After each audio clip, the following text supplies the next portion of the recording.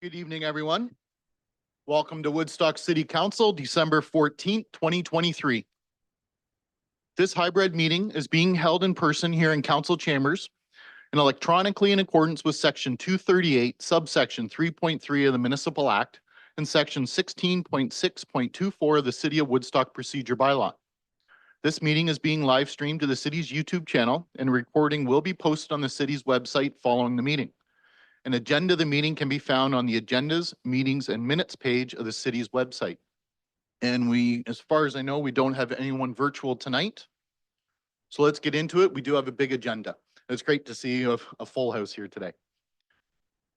We had no closed session tonight, so any disclosure of pecuniary interest? Seeing none. Disclosure of new business. Councillor Wismer? Van Meer. Whereas Woodstock City Council established the Mayor's Social Wellbeing Task Force and a Community and Social Wellbeing Reserve in 2023 in order to support initiatives that accelerate solutions to housing, mental health, safety, and addiction issues in our community. And whereas the task force has identified a warming center during the winter months as an important need in the community, now therefore it be resolved that Woodstock City Council allocates the remaining $30,000 from the Community and Social Wellbeing Reserve for 2023 to Operation Sharing to support the creation and startup of a mobile warming center. Thank you. We'll deal with that a little later on this evening. Any matters arising from the minutes?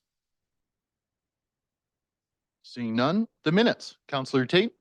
Moved by myself, seconded by Councillor Lauder, that the minutes of the regular meeting of Woodstock City Council held on November 16th, 2023, and the minutes of the special capital budget meeting held on November 21st, 2023 be adopted. Thank you. Any questions, concerns with that? Seeing none. All those in favor? Carried. None opposed. Councillor Tate, additions to the agenda. Moved by myself, seconded by Councillor Schadenberg, that the following items be added to the agenda. Consideration of correspondence item 10D, Woodstock Public Library Board year-end surplus carryover. Thank you. Any questions from council? Seeing none. All those in favor? None opposed.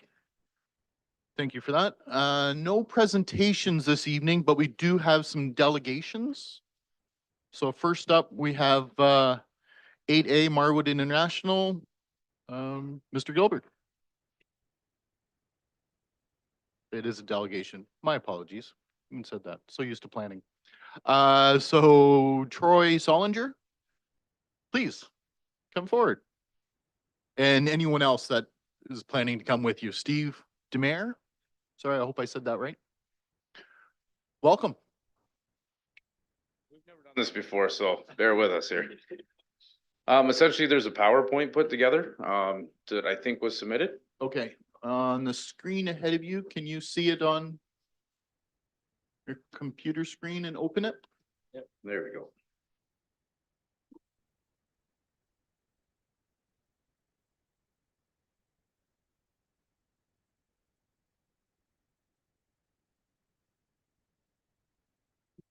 So I'm Troy, I'm the VP of Ops for Marwood International. Our facility here in town in Woodstock, Steve is the general manager for it. And we're having a very big impact by the crow population behind our plant. So we just wanted to share the impact of the crow infestation.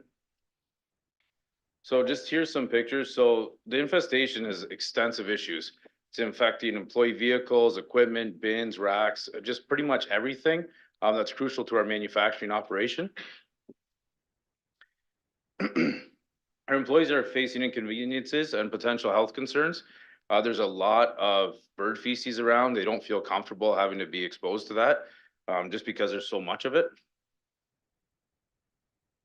So because of the crow related cleanup, we've actually had to add extra labor to it. So it's increasing downtime. We're adding extra resources. So it's impacting our overall business. The biggest production impact is that we're actually getting work refusals due to what they're deeming as biohazards because of the amount of bird feces. It's making people very, very uncomfortable. So we've received numerous customer complaints because it does land on the customer dunnage. And we have to keep that clean. And if we miss any spots, it goes to our customer and then we receive complaints and non-conformances. That affects our scorecard and our ability to get more work for the company. And the biggest issue here is this is a transformer in front of our facility. So there's so many crows that they've actually physically flown into the transformer, causing complete power down. So this has happened 4 times in the last year and put us down where we're able to, like, we have to shut down the entire thing. There's zero power to the entire plant. That results, like with the lost production, lost sales, we're talking hundreds of thousands of dollars in the last year. We're nearing $500,000 in lost revenue. So essentially, we've tried to take some initiatives ourselves. We put audio deterrents in, we put laser deterrents in. We added a transformer cage around, and then we even had a falconer employed last year to fly a hawk through the city to try and deter the birds, and they're still there. So really right now, we're under the understanding that the forested lot is owned by Woodstock, and we're hoping, or we're trying to lobby to get the trees reduced or thinned out or even cut down to force a relocation or re-nesting. That's really why we're here today, because there's so many crows, we don't know how to get rid of them anymore. That's it. That's everyone? Perfect. Thank you. Any questions from council to the delegation?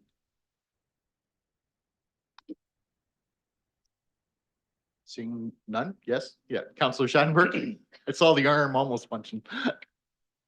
Yeah, through the mayor to the delegation. Have you heard the same similar comments from others on that same industrial drive area? I'm thinking of Timberland and the cheese factory that are in that same area.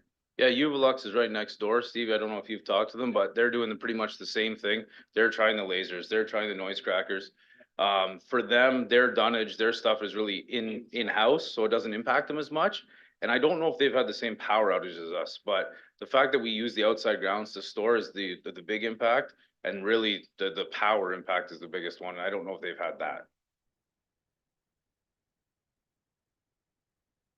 Thank you. Any other questions of council? Okay, seeing none, thank you very much. Thank you. I appreciate both coming. And with that, I'm looking for a motion on the floor. Counselor Wismer Van Meer, second by Counselor, well, I'll let you make yours first. Sorry. Moved by myself, Councillor Wismer Van Meer, that the Woodstock City Council refer the presentation from Marwood International regarding the impact of crow infestation to staff for a report. Thank you. Looking for a seconder. Counselor Lauder. Discussion. Counselor Tate. Yep. Yeah. Counselor Wismer Van Meer. Thank you. Just kind of a general comment, and perhaps maybe a question. I'm not sure if it would be directed to Mr. Connors. With that lot, I'm assuming that the delegation is referring to might be part of the Upper Thames area as well. So is this going to be a consultation with a UTRCA that we'll have to look into and investigating with them as to a bit of a partnership on how we can address this? Your worship, through to the councillor's question. Yes, I'm been led to the understanding that this is on UTRCA property and it's private property. It's not even city property at all. So we could certainly reach out to the UTRCA, but they tend to look down on cutting down canopy. But we could certainly talk to them. Now Counselor Tate. Yeah, just through the chair, and maybe this is to Mr. Connors too. So I'm not sure if you were here in 2013 when we had the Crow Man come to town. Is there such a thing anymore where they go out and shoot off and they take them off? Your worship, through the counselor. Yes, we still hire the Crow Man every year. He has an annual budget. He's usually here about twice a week. And he has, I talked to him twice this week about this property. And he knows it's a problem and he's been going out.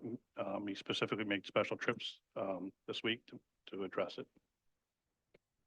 So just a follow-up, I assume that will be in the report then, so I'll just leave it. Okay, thank you. Counselor Lauder.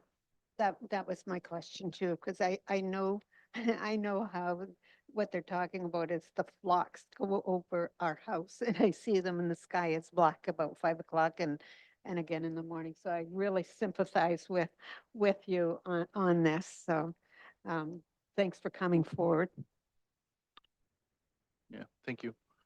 Anyone else? Any other questions of council? Okay, seeing none. I'd like to say thank you for coming forward. Again, we don't know what we don't know. So without knowing there's such a bad issue, we know there's crows here in the city, but when it affects our businesses, it does matter. So thank you very much for coming tonight, especially when you're not used to it. It's not that hard. We don't bite. And with that, I'll call the vote. All those in favor? None opposed, carried. So that means we're gonna have a staff report brought forward of anything we can do, what options we may have, and present it forward. We'll make sure you get a copy of it as well. Okay, thank you. Next up with delegations, 8B, April Nix. Welcome. From the County of Oxford, of course.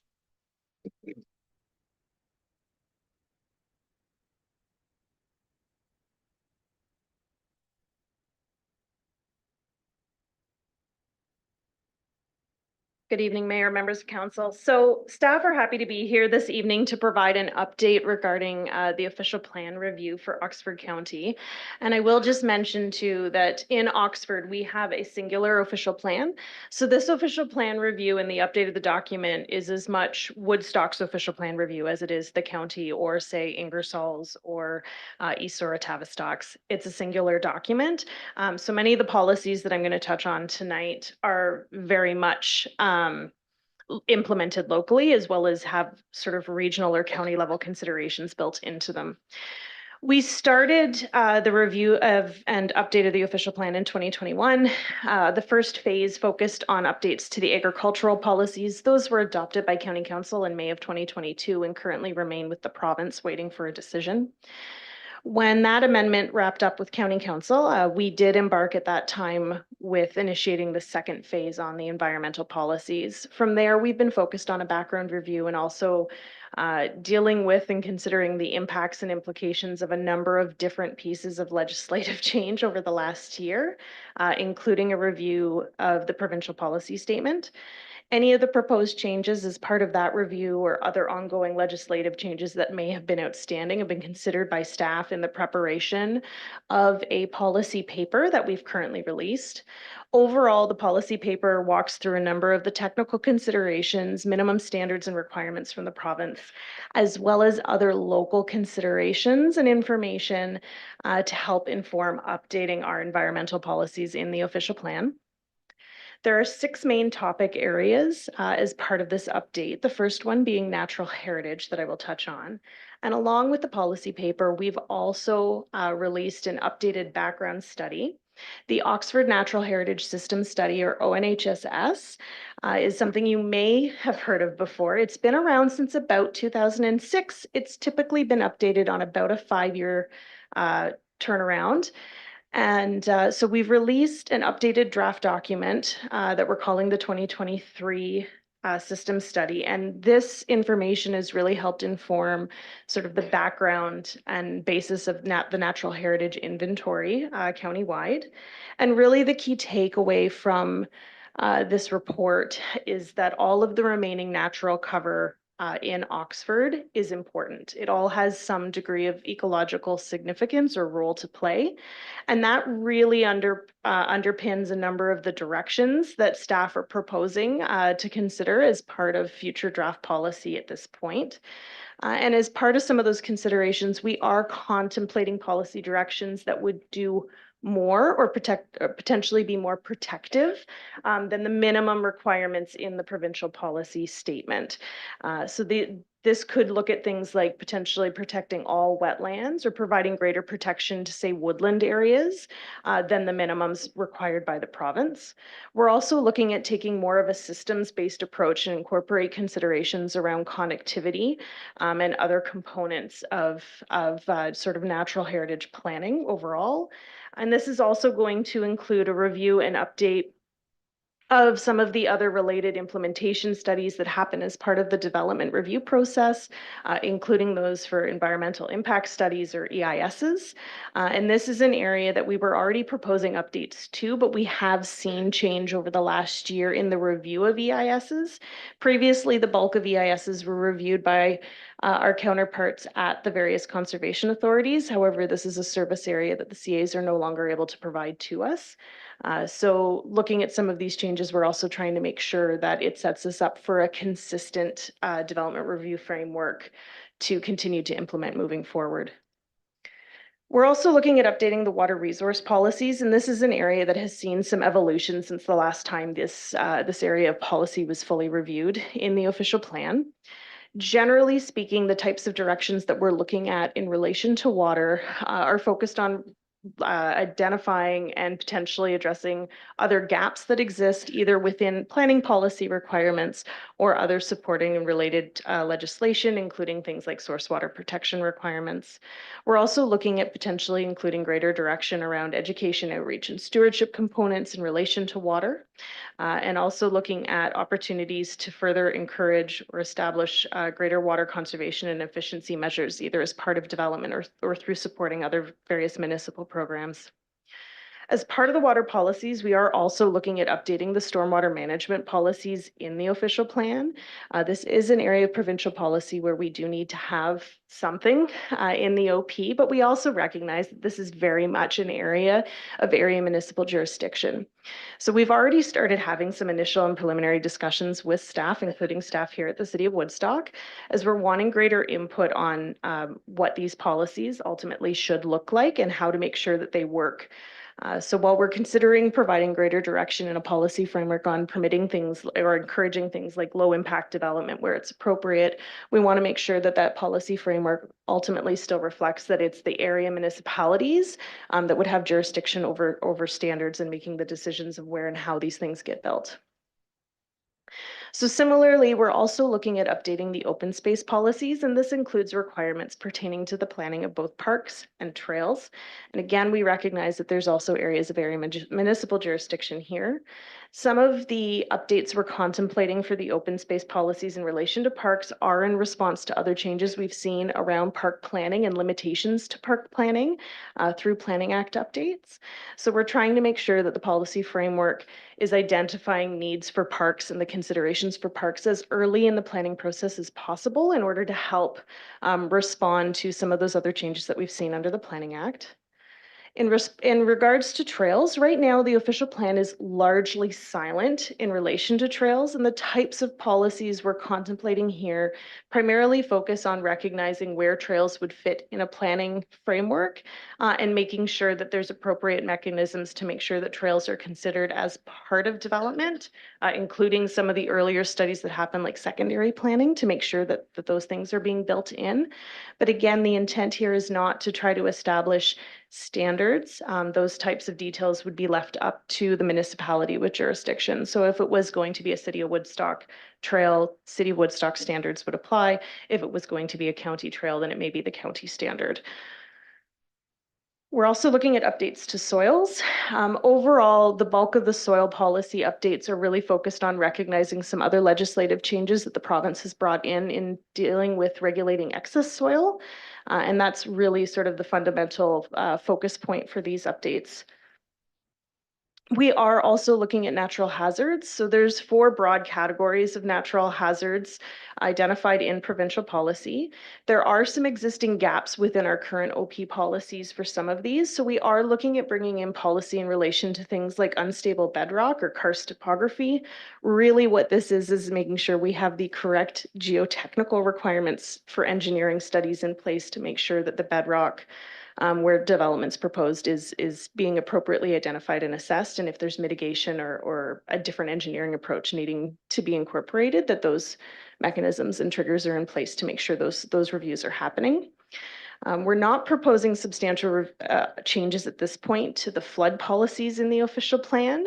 This is one, however, we are continuing to monitor because there are further outstanding changes with the Conservation Authorities Act. So we're working with our counterparts at the CAs to try to understand if we may need to pivot, depending on any new information that may be coming available going forward. And then the final topic area we're looking at is air quality, energy efficiency, and climate change. So the climate change lens is something that's a bit new to the official plan, in part given the vintage of the OP document that we have in Oxford. So we're looking at putting in a framework that embraces some of the direction that comes from provincial policy in relation to climate. But overall, a lot of the policies that we're talking about are really intended to be enabling policies. So there'll be policies that encourage and make connections to some of the other ongoing discussions that have been happening across the community around things like planning for density and housing, and trying to make sure that we're doing that in a way that maybe also helps achieve sustainability opportunities, but also continues to make sure that we're thinking about creating great places to live, work, and play.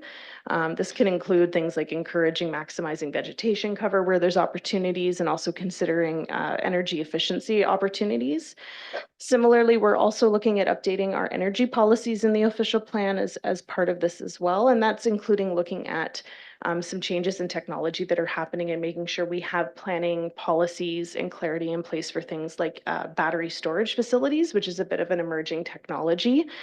So we're continuing to monitor and learn from some of that too, to make sure we've got direction to address some of these things in the official plan. So in terms of next steps, staff have been out. We've been trying to provide updates to all of the area municipalities, as well as meet and have individual discussions with staff on the directions at this point, and we're looking for further feedback on that. There's also opportunities for the public to provide input through Speak Up Oxford. And one of the other areas for engagement that staff were hoping for some direction from Woodstock Council on specifically was if there's an interest for staff to bring some information to the Environmental Advisory Committee. We are trying to have as inclusive a consultation process as possible. Following sort of wrapping up consultation on directions, we are hoping to release draft policies early next year. We don't have specific timing on this at this point because we are hoping to have a revised provincial policy statement document in hand before we come out with a draft. But we'll have to see how things are advancing with the province, given some of the uncertainty there of late. We are hoping that we can be to a point with a revised amendment for consideration with County Council by the end of next year, but some of this may shift a little bit depending on how consultation goes, as well as other considerations or influence that updates from the province may also have. So with that, I'm happy to answer any questions. Thank you. Any questions of council? Councillor Shanberg. Yeah, thanks from you, Mayor, to our delegation. The Woodstock Environment Advisory Committee just met last night, and they had a copy both of your PowerPoint demonstration, obviously, and the report that's also on the council meeting agenda because of the fact that it was emailed and contacted to them. But what would sort of be a deadline or a good deadline for them to possibly comment on it? That's the one question they had asked me to go forward with. So through the mayor, we are trying to sort of wrap up the directions consultation in December, but if EAC needed a little bit more time into, say, January, that would totally be acceptable, and we would certainly welcome the feedback. And then one more question that's more in my area is this: the natural hazards. When you mention hazardous forest types, what specifically are you talking about? Invasive species, Manitoba maples and stuff, or what specifically are your concerns there?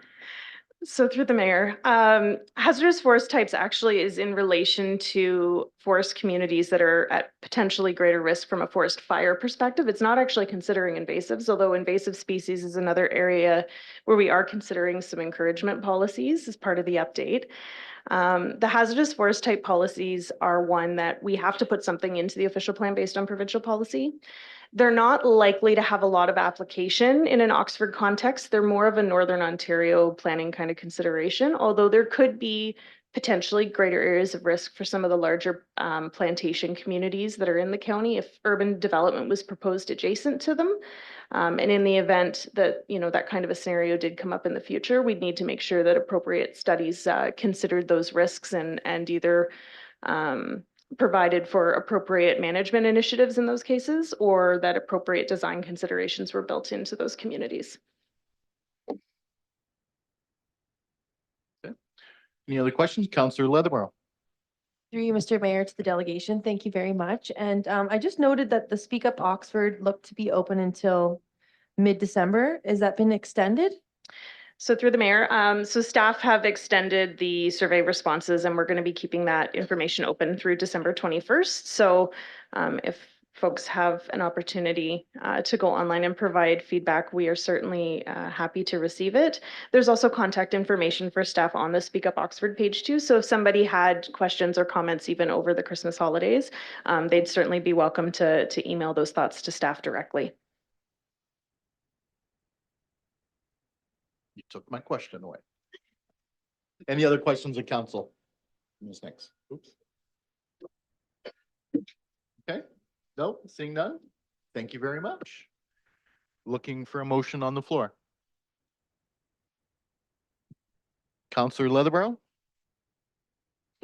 Moved by myself that Woodstock City Council receive the presentation regarding the official plan update for the environmental policies as information, and further that City Council directs staff to include WEAC as part of the engagement on the suggested directions for the environmental policies, and further that City Council advise planning staff to proceed with preparing the consultation draft of the environmental policies based on consideration of the comments received and initiating the formal official plan amendment process and related public and agency consultation. Thank you. Looking for a seconder. Counselor Schanberg, discussion? Or questions? Seeing none. All those in favor? None opposed. Carried. Now consideration of planning reports. ZN 8-23-14, Mr. Gilbert. Welcome. Thank you.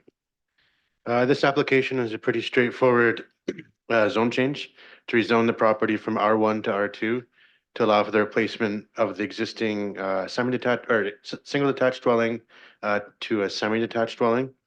The property is at the west side of Dover Street between Walter and Parkinson Road. The proposal does comply with the R2 zone provision, so the zone changes to a straight R2 zone, not a R2 special zone. The semi-detached dwelling is permitted in the low-density residential designation, and the applicant's providing all of the required parking. As such, staff recommends support of the application. Thank you. Any questions of the planner? Counselor Schanberg. I guess really not a question, but more of just a statement that it's nice to see this property that unfortunately had a fire in it about a year and a half ago at 132 Dover to be redeveloped. I was talking with a lady that lives across the street from it, and she was talking about the night that the fire happened and whatnot, and was glad to see that the property is getting sort of repurposed and rebuilt on that street. It's certainly an eyesore if you drove by it now, what it currently looks like, because the house has not been raised. Any other questions or comments? Seeing none. All right, looking for a motion on the floor. Counselor Leatherborough. Moved by myself that Woodstock City Council approve the application for lands described as Plan 214, Part Lot 414, as in 458207 in the city of Woodstock to rezone the subject property from residential Zone 1 R1 to residential Zone 2 R2 to facilitate the construction of a semi-detached dwelling, and further that any comments received from the public were reviewed and considered before the decision was made in relation to this planning matter. Thank you. Looking for a seconder. Counselor Martin. Any further discussion? Seeing none, call the vote. All those in favor? None opposed. Carried. Thank you. I agree. That's nice to see that property going to be built.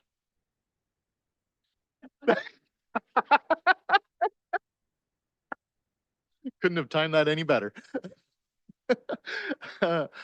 Mr. Gilbert, ZN 8-23-12, 29 Clark Street.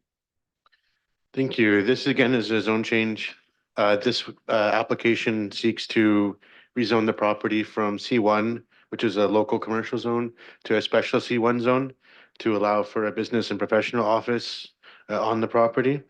The applicant intends to repurpose the existing building, which has been vacant for some time, for a business professional office. The proposal would appear to have sufficient space for parking.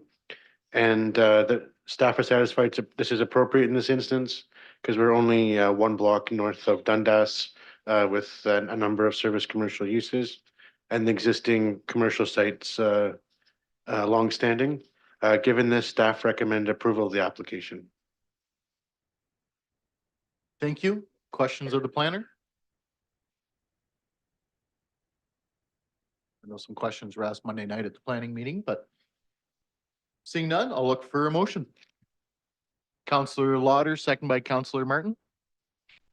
Thank you. I'll move that Woodstock City Council approve the application for lands described as Plan 174, lots 1 and 2 in the city of Woodstock to rezone the subject property from local commercial zone C1 to special local commercial zone C1-10 to add business or professional office as permitted use in the subject lands, and further that any comments received from the public were reviewed and considered before the decision was made in relation to this planning matter. Thank you. Any further questions or discussion? Seeing none, all those in favor? None opposed, carried. Next up, we have consideration of correspondence, and Counselor Schattenberg has requested something added to the agenda. Counselor Schattenberg. Yeah, the motion is that Woodstock City Council support the resolution from the town of Perry Sound requesting the provincial government make an amendment to the Legislation Act 2006 to permit online publications as an acceptable means of complying with public notice requirements. And further, this resolution be circulated to the Honorable Paul Calandra, Minister of Housing and Affairs and Housing, the Honorable Ernie Hardeman, Oxford MPP, and the Association of Municipalities of Ontario, AMO. Thank you. Do we have a seconder on the motion? Counselor Wismer Van Meer. Counselor Schattenberg, would you like to talk to this? Yeah, I guess the idea is just to make sure that any kind of a public notice can now legally, because we want the province of Ontario to pass the legislation to permit it on social media and other places. I think what we've seen, unfortunately, and I say it as a former sports editor, the Set Review in the 1990s, I know a long time ago, but it's very difficult to sort of reach the public to the Woodstock Sentinel or the Oxford Review. And it really is time to sort of say to the province of Ontario to sort of say, well, maybe social media or Instagram or some of these places might be a better way to actually reach people for news and public notices for even things like, especially for things like planning matters about what's coming up in a municipality for, say, a new subdivision or important severance or zone change. Thank you. Any other thoughts or questions?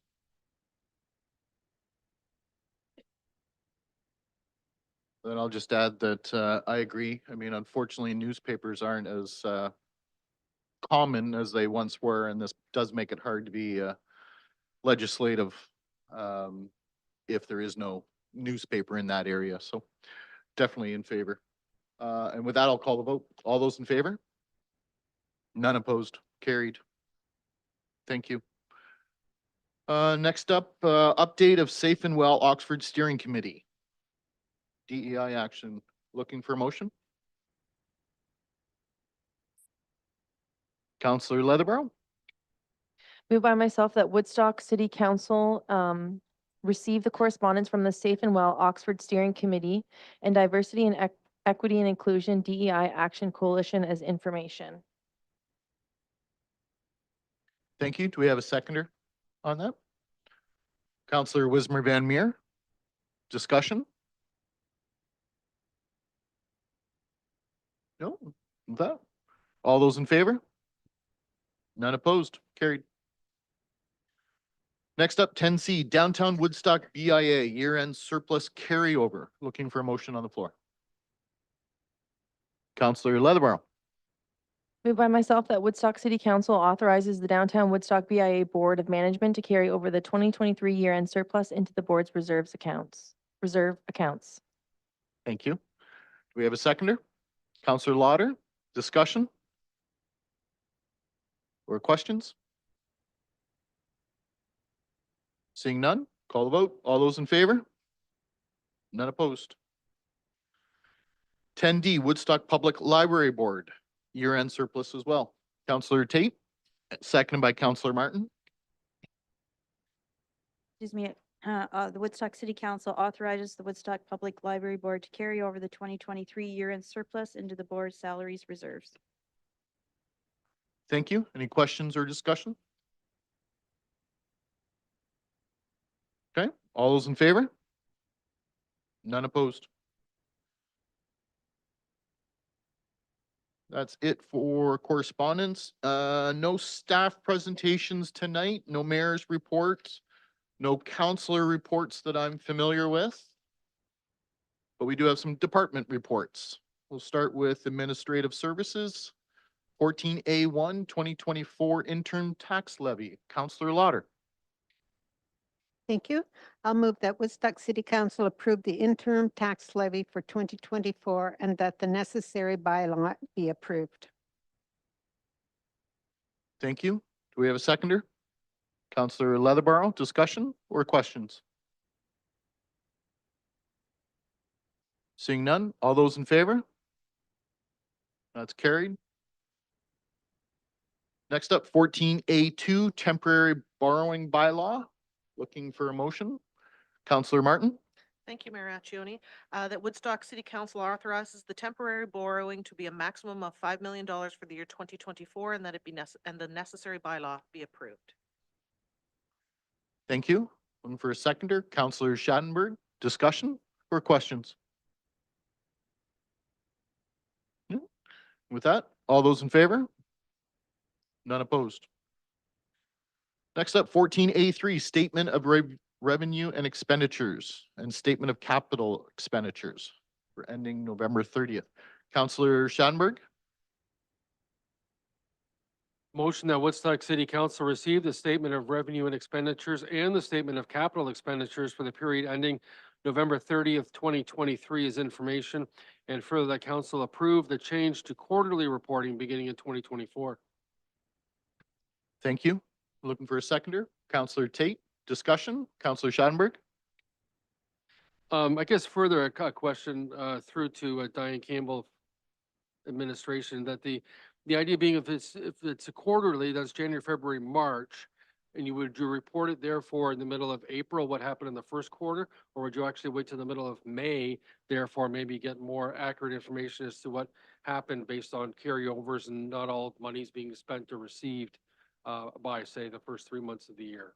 Because even now, we're always sitting here with some sort of a carryover and things are extending from 1 month to the next. Your worship, through the councilor's question, it would be January, February, March, and that would be reported in April, the first meeting of April, depending on the timing, it might be the second meeting, but that would be the plan, and then we would do the next quarter, should come in July, the final third quarter in October, just to try to reduce some of the paper on the agendas, et cetera, on the link. Thank you. Any other questions or comments? Seeing none, I'll just say I simply like this as well. One less thing to add, and typically quite informative as we go along, and just as easy, I think, to look at this quarterly instead of every month. That way we have a better picture as we're going along. With that, call the vote. All those in favor? None opposed. Thank you. 14A4, items be carried over year end. For motion, Counselor Lauder. Thank you. I'll move that Woodstock City Council approve the request to carry funds over the year end as listed for various capital and revenue fund projects, and that these funds be recognized as a prior year commitment or a reserve contribution as appropriate. Thank you. Looking for a seconder. Counselor Tate, discussion? Seeing none, all those in favor? None opposed, carried. And of course, now we're up to 14A5, adoption of 2024 capital budget and 2025 to 2028 capital forecasts. So there's some staff motions, looking for motion on the floor. Counselor Tate, I'll move that council approve an increase to project ARE 0025 new arena in 2024 in the amount of 10,000 to a total of 50,000 to be financed from the reserve for capital projects. thank you. Do I have a seconder on that? Counselor Leatherborough, discussion? Or questions? Sorry. Counselor Schanberg? Yeah, from the mayor through to Brian Connerson, Parks and Recreation, just a quick explanation on this. I'm sure it pertains to something to do with a feasibility study. Your worship, through to the councilor's question, yes, before we get into any type of build of this magnitude, we would need to do a fair number of feasibility studies regarding a new arena. Thank you. Counselor Schanberg, continue. I guess a follow-up question, would there be an RFP put out for something like this, or is it sole sourcing to understand that a company may know the community better than others? Your worship, through the councilor's question, we would need to follow the purchasing guidelines, so there would be an RFP done up. If not, if staff felt it was best to go with one company, we'd have to come to council to request that. Thank you. Any other questions of council? Seeing none, I'll call the vote. All those in favor? None opposed. Carried. Next up, we have suggested motion buildings on page 22 for those at home. Counselor Leatherborough. Moved by myself that council approve the addition of project BLD 00111 Goff Hall RTU replacement in 2024 in the amount of $30,000 to be financed from the reserve for capital projects. Thank you. Do I have a seconder on that? Counselor Wismer Van Meer. Discussion?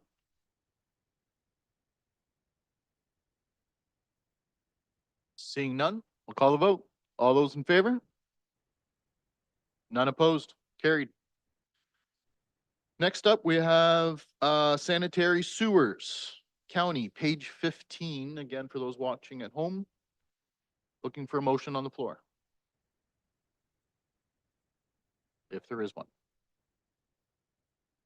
Counselor Tate, I'll move that council approve the following amendments to project sanitary 0004 servicing of Northeast Woodstock be financed by wastewater rates. County 2.3 million to be moved from 2024 to 2025, 7 million to be moved from 2025 to 2026, and 560,000 be moved from 2026 to 2027. thank you.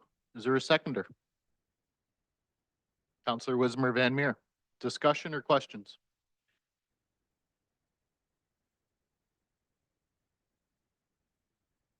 Then I would ask if Mr. Dahan would mind speaking to this, just for those watching at home. It looks like some big numbers, so thank you. Your worship, yes.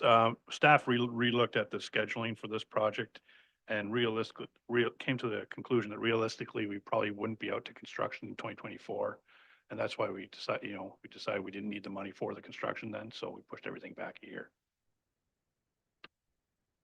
Perfect, thank you. Any other questions before I call the vote? All right, all those in favor? None opposed? Carried. And next up, we have a counselor motion. Counselor Lauder?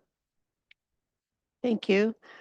I put a motion forward regarding the downtown revitalization project that was included in the staff report. I will instead be moving a motion to consider this project in March when we have a better idea of what our 2024 operating budget looks like. The motion I'm putting forward that the project INF 00138 downtown revitalization be removed from the 2024 capital budget at the 2025 to 2028 capital forecast and consider at the regular meeting of the council held on March 21st, 2024, when council will have a better understanding of the overall tax levy increase in 2024. And further, that staff be directed to prepare a report for the March 21st, 2024 council meeting outlining options to reduce the scope and the cost of the project. And I'll speak to it. We'll see if we have a seconder first. Counselor Tate, Counselor Lauder, would you Thank like you. to speak to it? I'm requesting this deferral in order that we all get our questions answered in a report from staff outlining the scope and options for this project. I'm not asking that the project be canceled. With the increase of 16.7% budget from the county council, which forms a portion of our tax bills, we have not deliberated our revenue operational budget, so have no idea what the requirements might be. I want to be cognizant of our citizens, considering those who have to renew their mortgages at higher interest rates, and for those just keeping up with the everyday cost of living, food, rent, etc. It isn't that councils in the past have not done anything on trying to do things for the downtown. Once the TriStar building is demolished, we will have spent approximately $5 million. So I just want to say that we have been working diligently to try and get this form so that in future we can go ahead and do what is what we've been looking at. So I'm just asking for this deferral. Thank you. Thank you. Counselor Tate, as seconder, would you like to speak to this? So I'm supporting the motion because, as probably everybody's aware, we had a massive increase last night or yesterday at county council. So an increase of almost 17% to everybody's tax bill. So I'm very concerned going forward. And because we don't know the final total, what's going to be for Woodstock. So I think it will impact what we're able to do. So as of tonight, when I read it, I was like, oh, but then when it comes forward in March, we may be able to do more than what we think we can tonight, because maybe our tax increase won't be as bad as what we think it may be. We don't know, but I'm very cognizant that right now, most houses are going to have a massive increase from the county. And I, in good conscience, can't add to that right now without knowing what the final impact will be. Understanding, yes, we need to do some work downtown, but exactly what we need to do between the wants and needs is extremely important to me and very responsible to the taxpayer, because when they get that hit from the county, I think people are going to be shell shocked. And not only is the cost of living gone up, but also the federal government passed EI is going up, CPP is going up, old age is going up, and that's all going to take effect in January too. So we need to be careful. Thank you. Okay, thank you. Counselor Leatherborough? Through your worship, I believe our procedure bylaw lets us speak for 10 minutes, so I'm hoping I don't take up 10 minutes. But I did check that earlier today. So thank you to Councillor Tate and Councillor Lauder for your comments. So I have prepared a few things. I'm not prepared to support the deferral. I think we should approve the capital budget today as it is, because I think this project cannot wait any longer and it should not be delayed until March. I've prepared a list of reasons why. All of this was heavily reliant on staff. So thank you so much for the staff time, because it was lots of diggings into years of past commitments to the downtown. So I have sent this to all of the councillors, so they have the numbers, everybody's well aware. But I will be kind of reading it verbatim. So the city of Woodstock has undertaken a number of steps in recent years, which are focused on sustaining and improving its downtown. For example, downtown design guidelines for redevelopment have been created in brackets 2011. A streetscape sustainability and asset management plan, brackets 2014, has been prepared. A strong community improvement plan, bracket 2011, exists. And most recently, City Council has adopted a comprehensive downtown development plan, bracket 2020. One of the top priorities identified in the downtown development plan is the creation of a streetscape master plan, brackets completed and adopted 2022. And so I relied on the administrative services. Diane, thank you so much. The Streetscape Sustainability and Asset Management Plan done by Dillon Consulting in 2013 costs was $40,704. Downtown Development Plan done by Fawton Consultants in 2019 and 2020 cost was $93,021.01. Downtown streetscape done by MHBC in 2021/2022 was $144,197.59. Downtown revitalization done by MHBC in 2023 was $115,765.21 to date. 2023 budget approval is for $400,000. So when you all add all of that up, banking for the fund, $400,000 being spent, that is $677,922.60. If you deduct from that, the $115,000 I mentioned, it's $562,000, so over $500,000. I graciously asked the Public Works just to provide me a rough estimate on repairs in the downtown, and what was given was an approximate of $30,000 to $60,000 per year spent from 2014 to 2020. So on the cheaper side of that, I did 30,000 times 6, so that's 180,000 over 6 years. I was able to look through the strategic plan from 1997, 2013, and our current strategic plan that was revised through the strategic realignment workshop held in March of this year. I could certainly pull multiple things from each plan. However, I am cautious of time, so I'd like to draw your attention to a few different points from each strategic plan. The 2023 realignment workshop, which also included community consultation and feedback, states the public's top 5 objectives. Number 3 of the top 5, also known as Objective 7, enhance the vibrancy of downtown, came in at 45.92%. It should be noted that this was also Council's second priority out of Council's top 5 objectives. This information can be found on the City of Woodstock website. On page 9 of the 2013 City of Woodstock Strategic Plan, which you can find in our council orientation package, it states under opportunities, revitalizing Woodstock's downtown provides an opportunity to attract a more diverse industrial base, technology-based industries, creative class, etc., which will attract more young professionals and youth. On page 10 of the 2013 City of Woodstock Strategic Plan, it states under opportunities, which you can find in our council orientation package, revitalization in the downtown area can create a destination place for residents and tourists alike.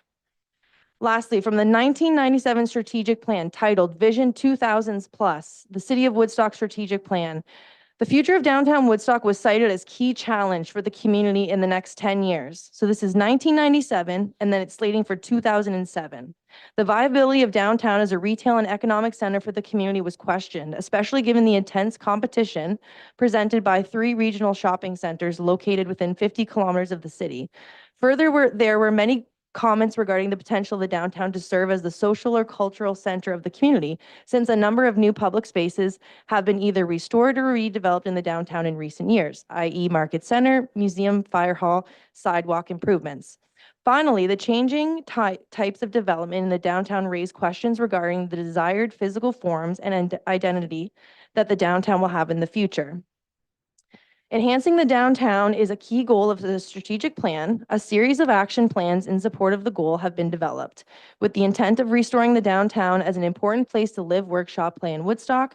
These plans must be embraced and implemented by the community to ensure a sound downtown for the future in Woodstock.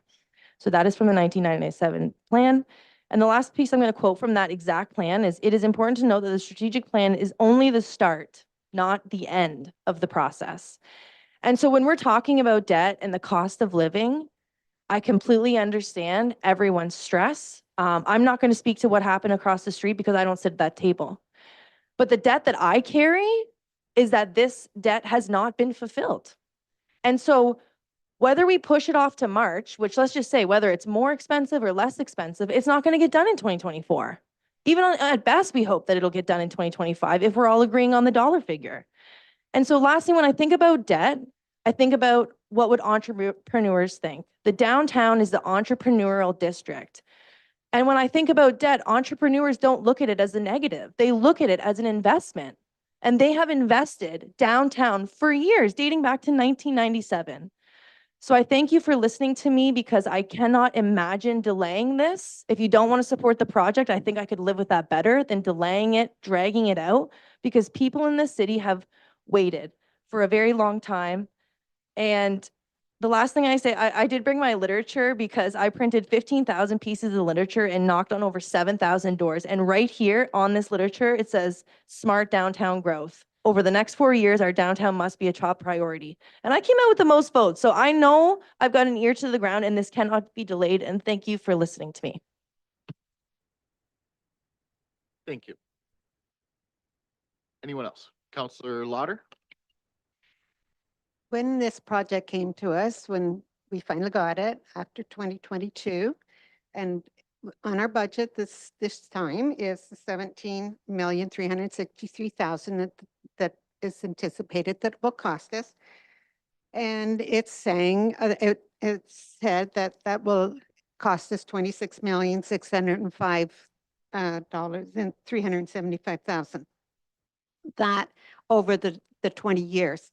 So it's 6.5 million that we're asking, that's asked for in this, our request in the capital request this time is for the street area on Dundas Street area, tearing out a street that has, that I'm told from the engineer's office, that it has 15 to 20 years lifespan left.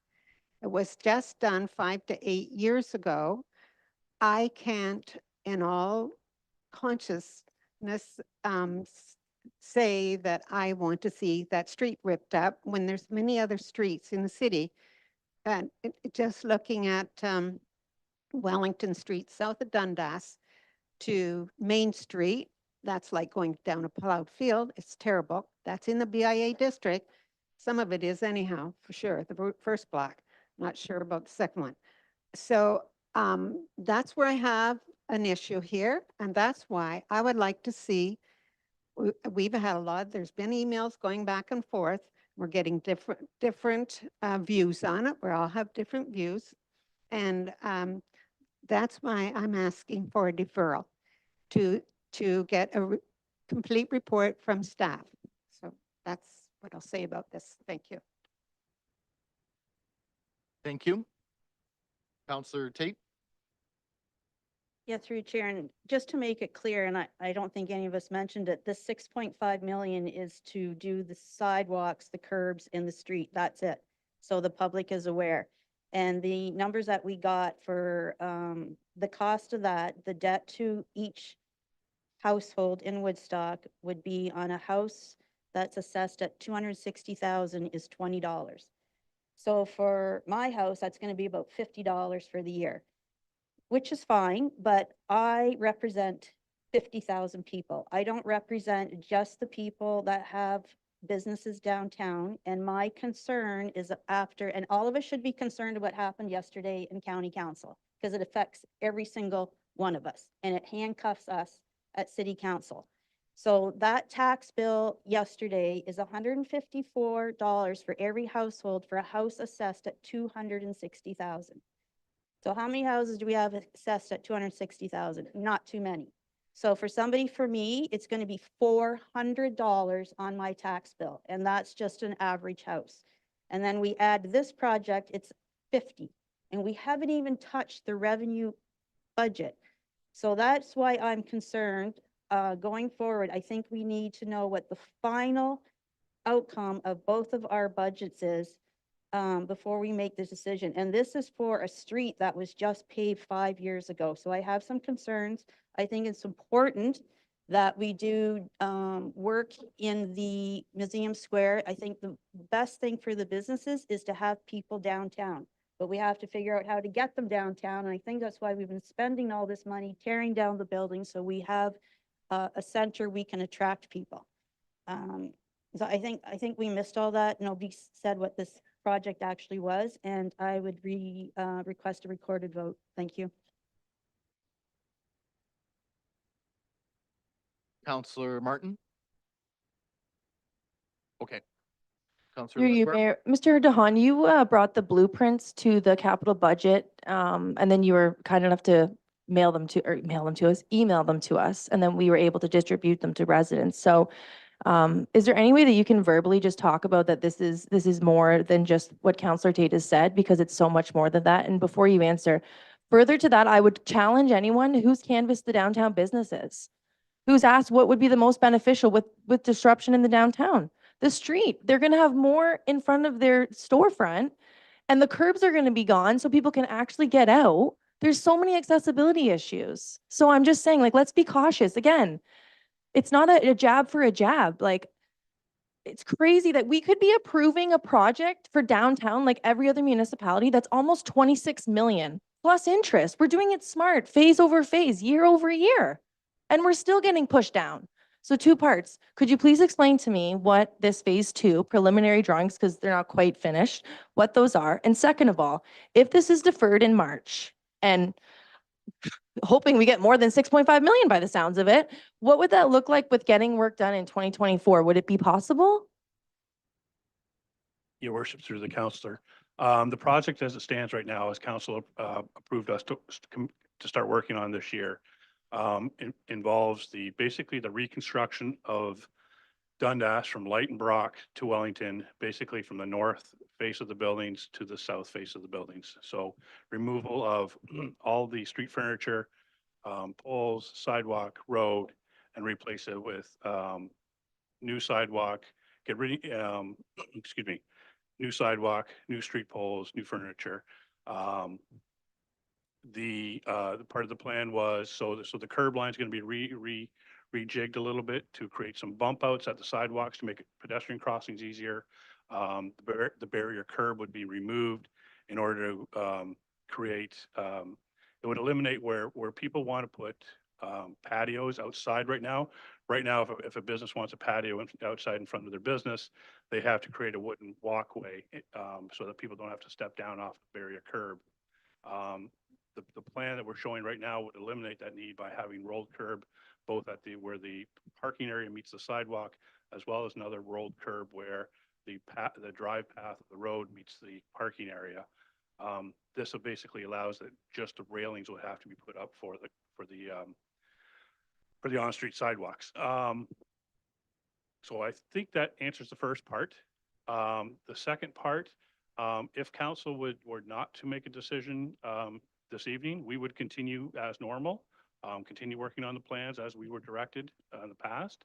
The goal last year was that we were to have a package together at the beginning, ready for tender at close to the beginning of the year, so we could start construction this summer. We are a little bit behind schedule right now, but until we are told differently, staff will continue working towards that end. Sorry, just to follow up, and then I won't ask another question, I promise everyone. But that's still my question, is that if we had all of it all in or things were taken out, if it was ready to go, I just can't see us approving whatever it's gonna look like in March, and then business owners downtown will see some type of construction hypothetically end of July after Street Fest. So I just want to be sure I have the right information. Your worship, through the counselor.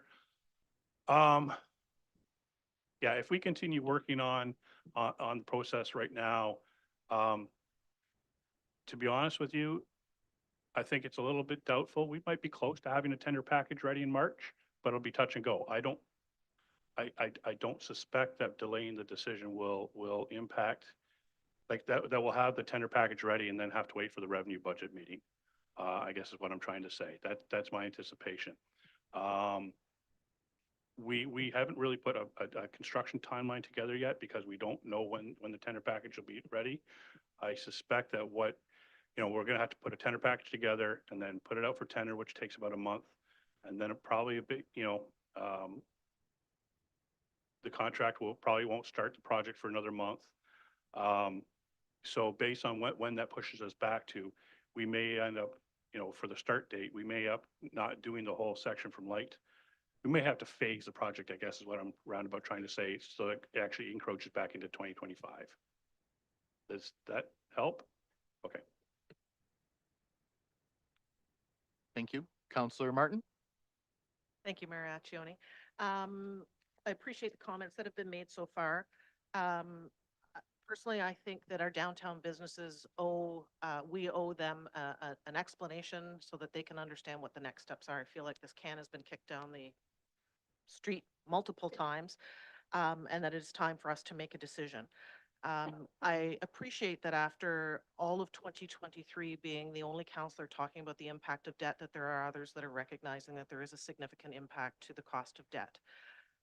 During budget presentations, and Ms. Campbell, I'll defer to you because I believe at the time I asked the question, when a project is a multi-year, multi-phase project, does the debt get issued each year, or does it get issued at the end of the completion of the project? Because at the time, I believe the answer I heard was at the end of the project, but I want to double check on that to make sure I'm clearly understanding, because if this debt isn't going to be issued in 2024, but might be issued in 25 or late in 2026, I suspect our interest rates might be very different than they are today. Your worship, through to the councillor's question. It's dependent on the project. Typically, we don't get our debt financing until the project is done, and then we just do a one-time debenture issue. We are also set up for construction financing, which means we can draw, and it will just depend on the cash flow of the city at the time, whether we need to draw on the debt early or not. That answer your question? So just a technical question, maybe between Mr. DeHaan and Finance. If this was a multi-year phase, is each block its own project, or, you know, block A, block B, and so therefore a project is 1 year at a time?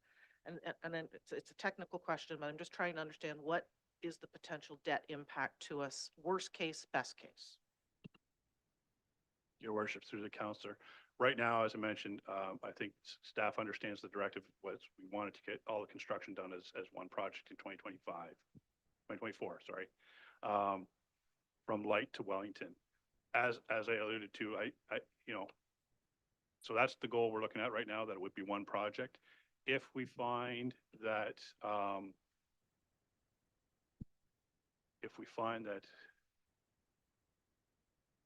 I still say, even if we have to phase it, there's savings in even if we end up carrying over into 2 years. I'm sorry, I'm stumbling here. It's probably better to have one large contract rather than multiple contracts, because you're dealing with one contractor, then you're dealing with efficiencies and volume, that kind of thing. So it would still be one contract, even if you do it in phases. Thank you, appreciate that.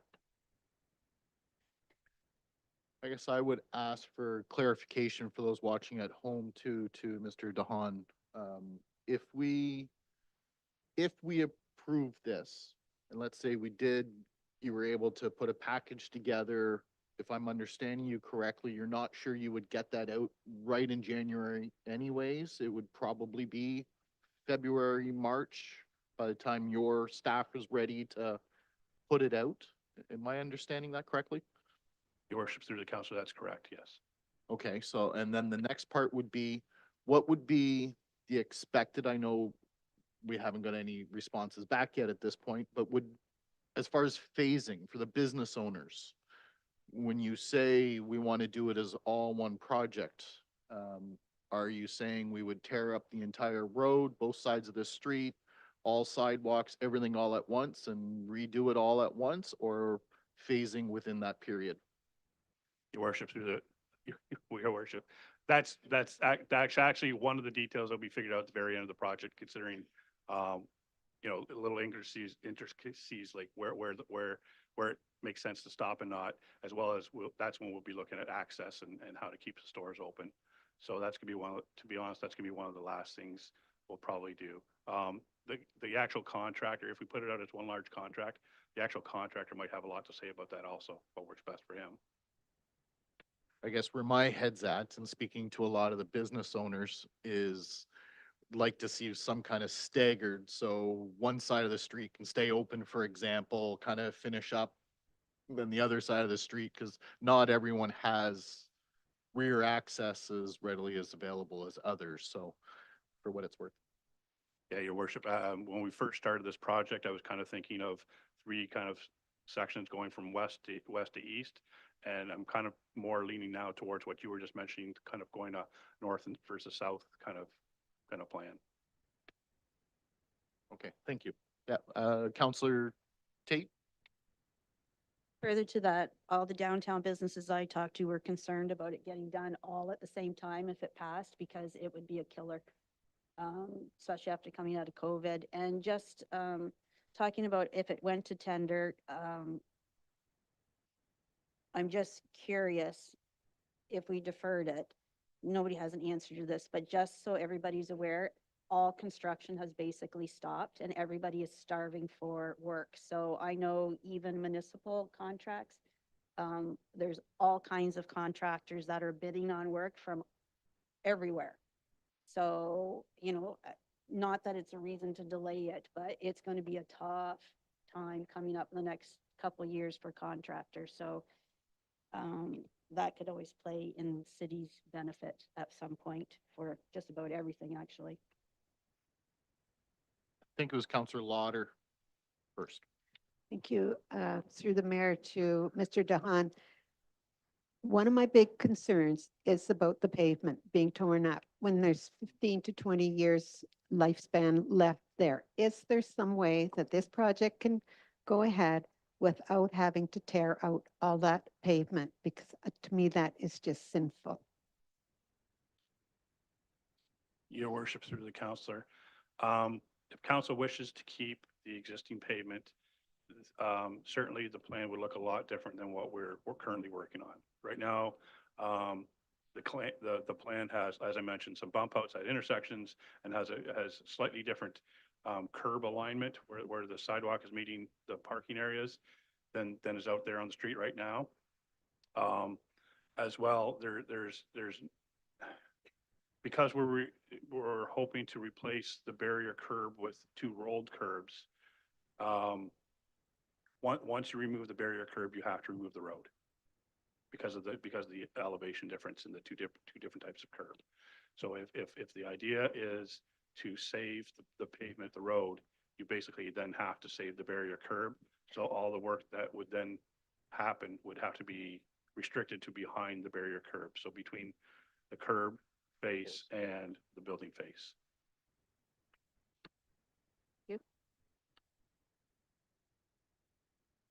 Sorry, Counselor Schamberg. Yeah, question through to Harold Dahan as well. What age currently is the infrastructure sort of underground, the water mains, et cetera? Because that project wasn't done that long ago either. Your worship, through the counselor. Yeah, all that was reconstructed as part of what they call the big dig in the mid-90s. So it's about 30 years old. Usually life expectancy for concrete pavement, we put it in the county software as a 75-year life. Water mains usually about 100 years. Sanitary sewers about 100 years, 75 to 100 years, depends on the material. And I know the one thing that the city of Woodstock always does is a nice 5-year revolving sort of capital plan. And Councillor Lauder had mentioned Wellington Street South. Well, from Dundas to Maine, it's not projected, and I know we could always change it, but it's not projected to be done until 2028. And if you drove down Wellington South now from Dundas towards Main Street, you would see, as Councillor Lauder would certainly agree to, and I would certainly agree to it, is quite frankly that asphalt itself is in atrocious condition. And if the sewers don't have to be replaced until 2028, can you do a shave and pave on that street just to make it look better? Because it would be a shame to spend $6 million on Dundas and then have Wellington Street South look as bad as it does till Main Street until 2028. Your worships, through the counselor. I'd have to check, but I'm pretty sure the Wellington project includes some underground work. But also Wellington got pushed back a little bit because of the anticipated work on the Van Ave Bridge that the county's doing next year. It was originally pushed, it was further up, but we thought there would be some traffic congestion problems, so we pushed it back.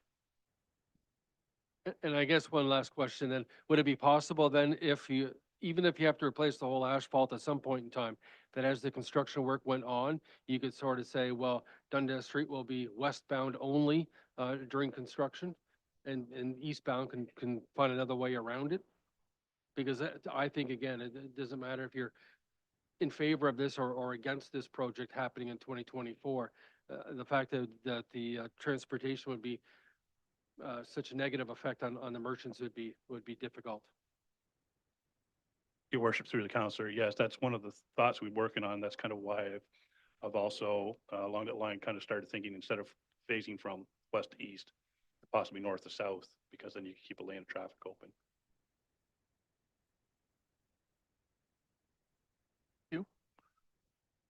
Was there somebody else with their hand up? I'm sorry. Counselor Wismer Van Meer. Just a general comment. I'm not going to repeat what's already been said by others, but I'm not in favor of the deferral only because I don't want to keep delaying this project. I have spent the last 24 hours talking to about 8 different business owners multiple times, and some last week as well. And I was surprised to hear how many were actually in favor of, and multiple times I heard the line, just rip the Band-Aid off and let's get this done. So I think for myself, if the deferral goes forward, that's better than nothing. And that's going to be decided here. But if this deferral does go forward, I hope it allows council and city as well to, and staff as well, to just speak to some of these business owners and see what is priorities to them in what they would like to see. I have sent emails to as many of them that I possibly could get a hold of, and all of them have different concerns and different things that they would like to see, but every single one came back with they would prefer to see the streetscape addressed before anything else. They just feel that the sidewalks especially are a major concern. I watched a gentleman fall right in front of City Hall yesterday, and we had to call an ambulance to take him away. He fell face first on our sidewalk. They're dangerous. We need to address that problem first and foremost. So we need to get this figured out and done. I don't think that the deferral is going to get us what we want. I understand what happened across the road we have to think about, but we also have to think about what benefits our community as well and what needs to be priorities. And as much as our business owners are one group of the community, they're a very large part of our community. They give to our economy, they hire people. It digs really deep, and that is why I'm really paying attention to what they're saying and taking that into consideration, making this decision. Thank you. Counselor Martins remembered what you wanted to ask. No, I just want to reiterate what Councillor Wismer Van Meer, when my phone started ringing earlier in the week, I expected business to say, please don't, we're just recovering from the pandemic. We can't afford to have our street closed for a whole summer. That's what I expected the phone calls to be about. But as I returned phone calls, it was like, please go ahead. Like you said, rip the Band-Aid off. Let's go ahead. Let's do this, revitalize the community, bring more people downtown. That's what business owners are asking for. And so I would agree, I'm not supportive of the deferral. Do I like spending $6.5 million? Absolutely not. But do I think that investment in our community will pay off? Yes, I do. Thank you. Any other thoughts, questions? Well, then I will add a little bit. This has been tough. This is one of those decisions that I think really will make a term for us. I've been sitting on this council in a different seat for 9 years, and this is something we talk about every single year, downtown. It comes up every single year. We've been talking about different things. And yes, 2024 was the year that it was decided we're finally going to get to start on this. After sitting in council yesterday at county council and getting that, it was very disheartening. I got to say, I walked away and I was really disappointed in council and not fighting a little harder on trying to shave where we can and do maybe a little less. So, and then of course, when we come up with this is right in my face. What do we do? Do we spend $6.5 million and get the party started? Or do we delay it to try to respect everybody's pocket and taxes a little bit? Again, realizing we're talking $30 to $50, I think Councillor Tate was saying, which is a good analogy. And I got to admit, I think that's what finally hit me, that I don't think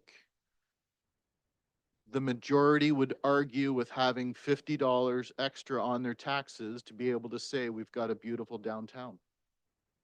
I don't think in the grand scheme of things, I'm not sure that is something me as a taxpayer, forgetting me on council, but somebody came to me and said, can I have $50 to beautify downtown? I would be awfully tempted to say, yes, of course. And that's kind of get me to this point. We've kept pushing this. The deferral I really like today. This deferral to move it to March, I like the idea. I like the idea of getting all the numbers, get everything together, and looking for more input from business owners and the general public. I'd rather look at it as not a deferral, but maybe a small postponement for a couple of months or 3 months, I guess, to say we're making the best choice possible and look at the overall budget to trim other places if we need to. Because let me be clear, this is a priority to me as well. I want to see downtown done. Thank you to the city engineer for being a little clear that if this is deferred or postponed a couple of months, that it's not going to probably affect things. Speaking with a lot of business and construction owners, Councillor Tate mentioned, she's right, there's been a lot of delays and there's a lot of projects not going. So I'm quite confident we can probably get some companies to bid on this quite quickly, and hopefully even if we get it out by the end of March, even into April, we'd probably have construction crews starting within those couple of months. We don't want them to start any sooner till after July anyways. So back to the question, which way am I gonna go? I think I'm gonna go with the postponement or the deferral. I think I like the idea of getting all our numbers together, finding other places to trim to make this the priority it needs to be, but having an overall picture instead of throwing everything later on. I think it's just a smart thing to do. I think it's a responsible thing to do to all the taxpayers at this point. I respect the business owners. I spoke to a lot of business owners in the last few days. And in fact, up to the last few days, it was very negative. I was getting a lot of negative, in fact, virtually all negative about us doing this to their local businesses and what we're going to do.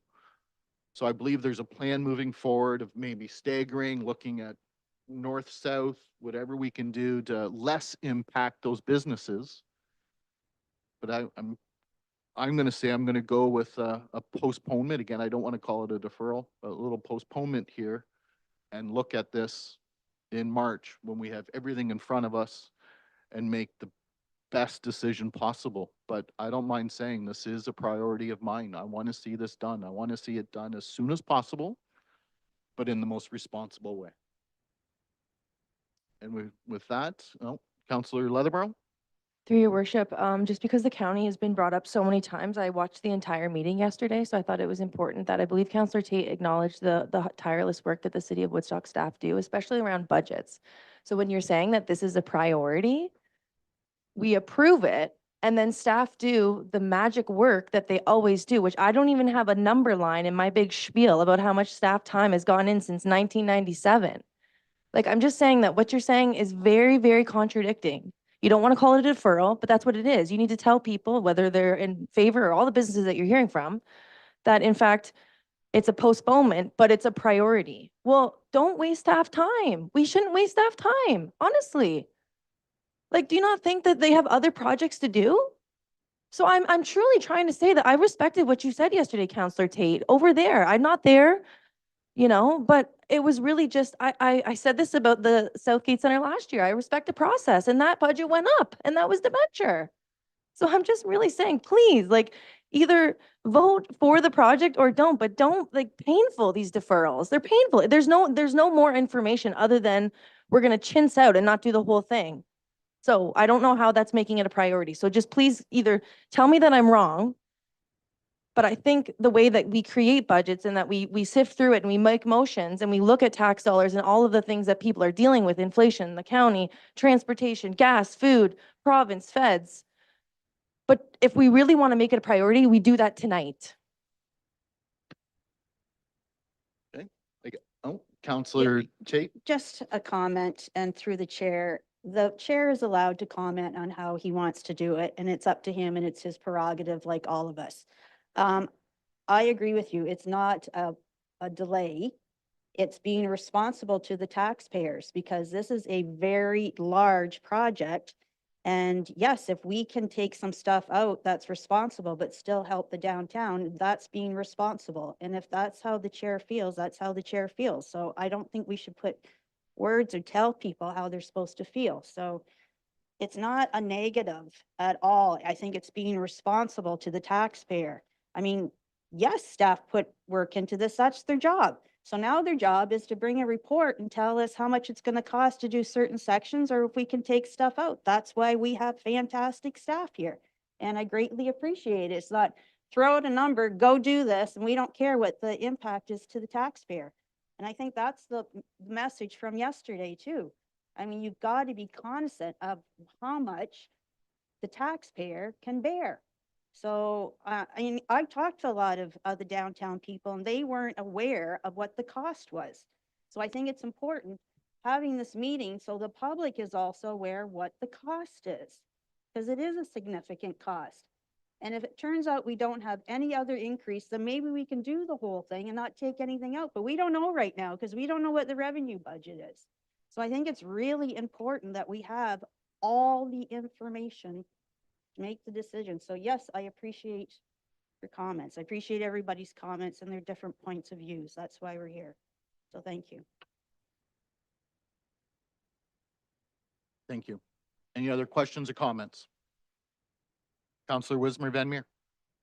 Just a general request, and maybe this can be directed to Mrs. Collins or and Ms. Jarvie as well.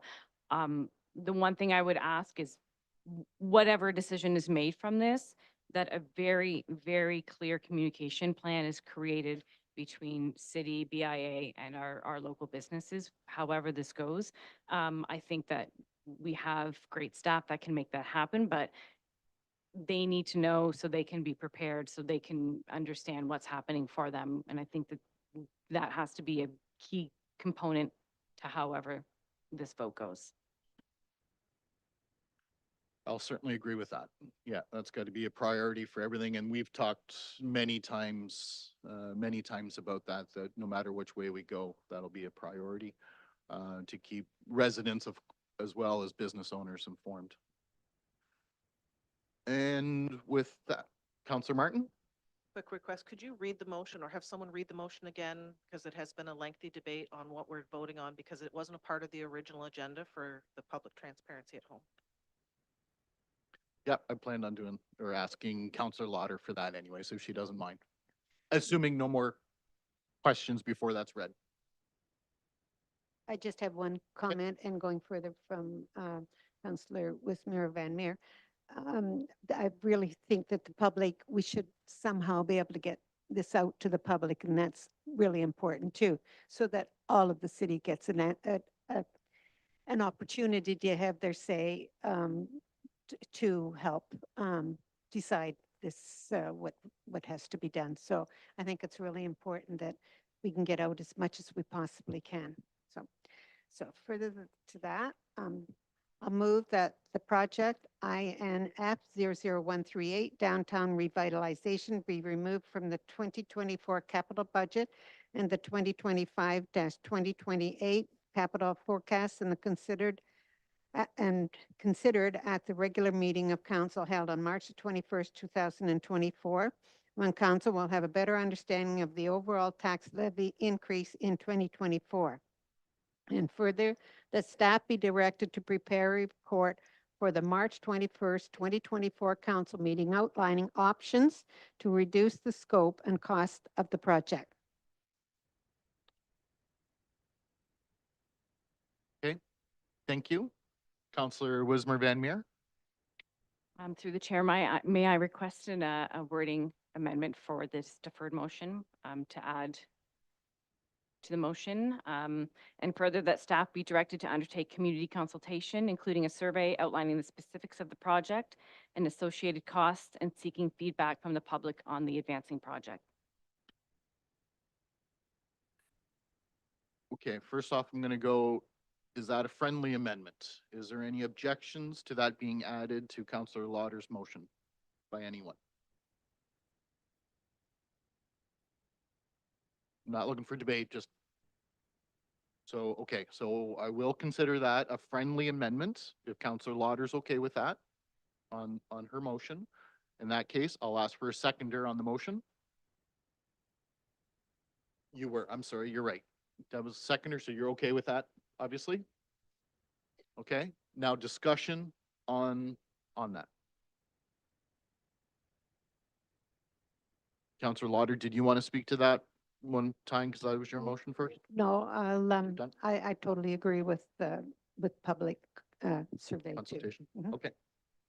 Then Councillor Wismer Van Meer?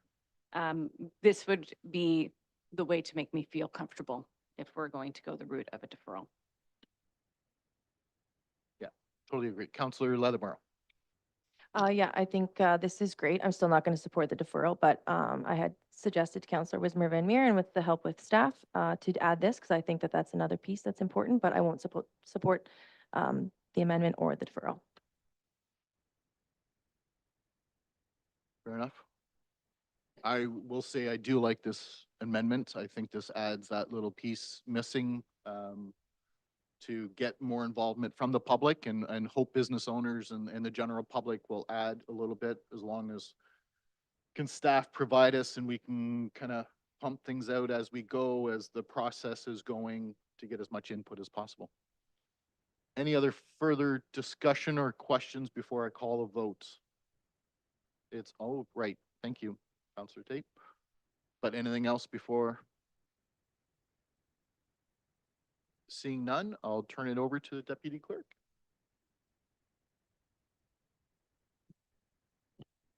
Starting with Councillor Lauder, Yes. Councillor Leatherbearer, Nay. Councillor Martin, No. Councillor Schattenberg, Yes. Councillor Tate, Yes. Councillor Wismer Van Meer, Yes. Mayor Accioni.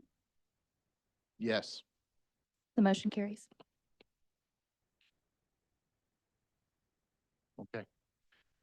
Thank you again. I will say this, I think this is a good thing. I think we've got it clear. There's no objections to going ahead. I think it's a priority. I think this is the smartest way to go about spending $6.5 million or so. And with respect to everything. So thank you.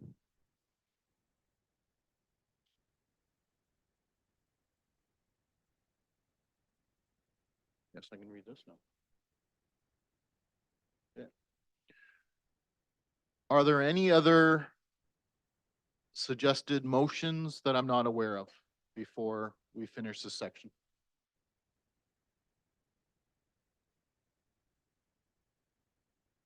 Okay. If no further amendments are proposed, I have a mayor's direction here that I will sign, providing notice of my intention to not veto any amendments made to the 2024 capital budget. This will be sent to the clerk and council and posted on a website as required by the legislation. As such, the 2024 capital budget as amended is deemed to be adopted.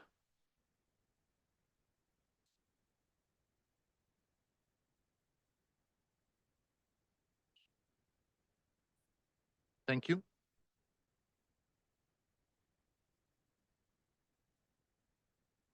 Okay, moving along to 14A.6, delegation of signing authority and community emergency preparedness grant. Looking for a motion on the floor. Councillor Lauder?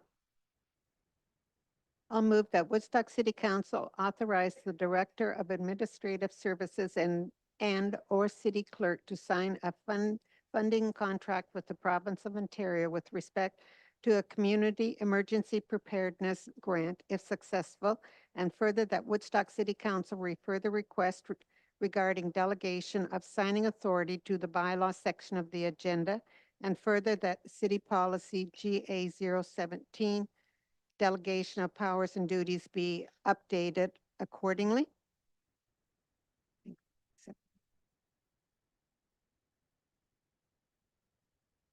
Oh, there we go. Looking for a seconder on the motion. Counselor Wismer Van Meer. Discussion? Or questions? Seeing none, then I'll call the vote. All those in favor? Carried. Next up, we do have engineering, 14B.1, street naming, Havelock Corners subdivision. Looking for a motion on the floor, Counselor Shanberg. I'll make a motion that the Woodstock City Council name the streets in Havelock Corners subdivision as follows. Street J as Thornton Way. The street K is Thameside Drive. Street LL is Lazenby Crescent. Street MM as Riverview Crescent. Street NN as in Holstein Crescent. The map, by the way, is on the agenda for the City Council tonight. Thank you. Looking for a seconder. Counselor Wismer Van Meer. Discussion, Counselor Shanberg.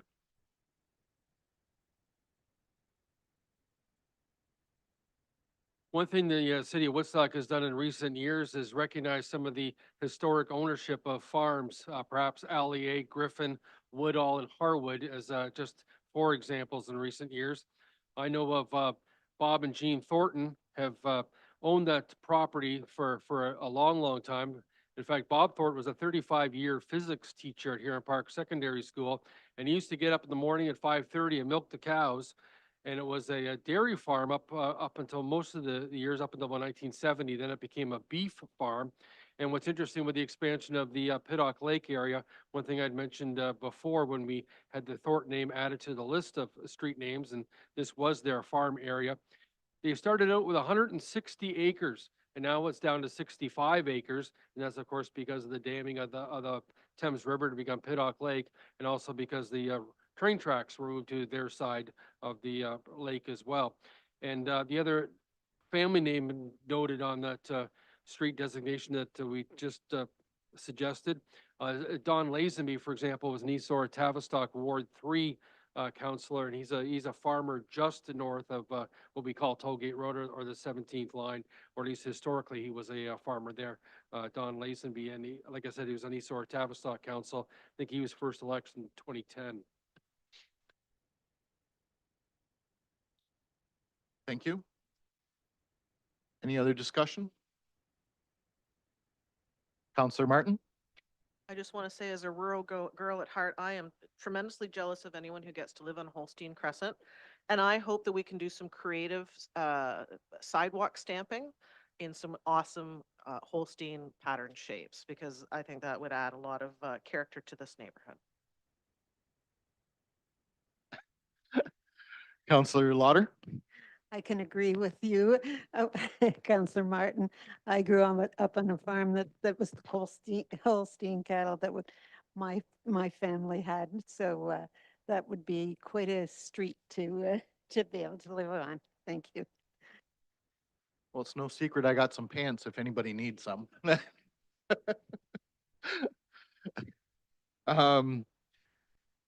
Before I call the vote, I would ask the deputy CAO if she doesn't mind of how do we go about. I had a couple of calls earlier about how the general public could suggest names for streets and other suggestions. So just for the sake of those watching at home, would you mind just telling the public how that is done and how we go about that? Thank you. Certainly, Your Worship. As council is aware, as it was attached to this report that came from staff, there is a list of pre-approved street names for council to choose from. And then, of course, when we have subdivisions coming forward, we accept recommendations from developers as well. But actually, in a recent meeting, we saw correspondence come forward from a member of the public explaining the history of a last name and asking that council add that to the list of approved names for consideration. We don't always have a street to name at the time, but we do maintain a list of quote unquote pre-approved names. And Ms. Houston, who's in the crowd tonight, has created that original list, which is where Holstein Crescent came from. But we can add additions to that, or we can make additions to that as members of the public come forward and council deems it appropriate to add to the list. Thank you so much for that explanation. And with that, any other further questions or discussion before I call the vote? Seeing none, all those in favor? None opposed. I think this is a great way to recognize the families that lived in that area, as well as the Riverview Crescent, of course, being appropriate along Piddock and Holstein, of course, I have a little soft spot for. So next up, 14B.2 Drainage Engineer Appointment. Counselor Wismer Van Meer, seconded by Counselor Tate. Moved by myself that Woodstock City Council approve the appointment of K Smart Associates Limited to review the abandonment of the Gold Drain and the Jackson Drain. Thank you. Any questions or comments of council? Counselor Shanberg? Yeah, from the mayor through to Harold DeHaan from the engineering office. I believe just a couple of meetings ago, we talked about the Gould Drain and the Jackson Drain. Of course, it's in the old Woodstock Meadows Golf Course, bypasses through it. Why now do we have to hire a consultant to talk about the abandonment of those drains? Your worship, to the counselor, yes, you're correct. We had a report to council a couple meetings ago about this. Some of the property owners that drain into those drains had some concerns, and through the municipal act, or sorry, the Municipal Drain Act, they are allowed to, and if they do so, an engineer has to be hired in order to look at that and assess the impacts. Because it is a municipal drain, the municipality has to approve the hiring, although in this case, it is the developer who, although we are approving it, the developer has said that he will be paying for the study. Thank you. Any other questions or comments? Seeing none, okay, call the vote. All those in favor? None opposed. Moving along to nothing cultural services tonight, Parks and Recreation. Next up, 14D.1, Cowapalooza Entertainment Budget. Looking for motion, Counselor Wismer Van Meer. That Woodstock City Council authorize pre-approval in the 2024 Revenue Fund budget of $45,000 for the Cowapalooza Entertainment. Thank you. Looking for a seconder on the motion. Counselor Tate, discussion. Counselor Wismer Van Meer. Just a comment, I know that pre-approvals are sometimes something that people don't feel comfortable in doing, but the entertainment business is pretty demanding, and to book good entertainment, you need to be on the ball early.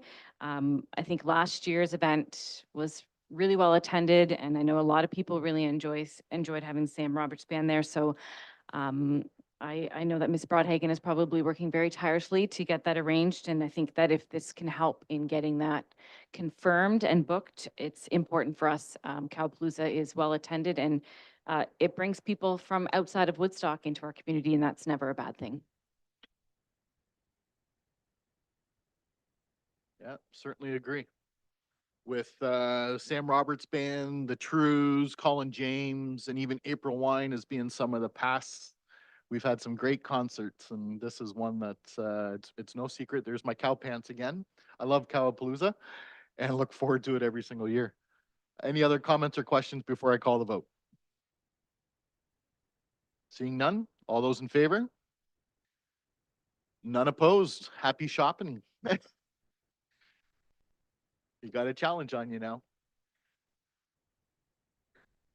Next up, 14D.2, 2024 fair budget.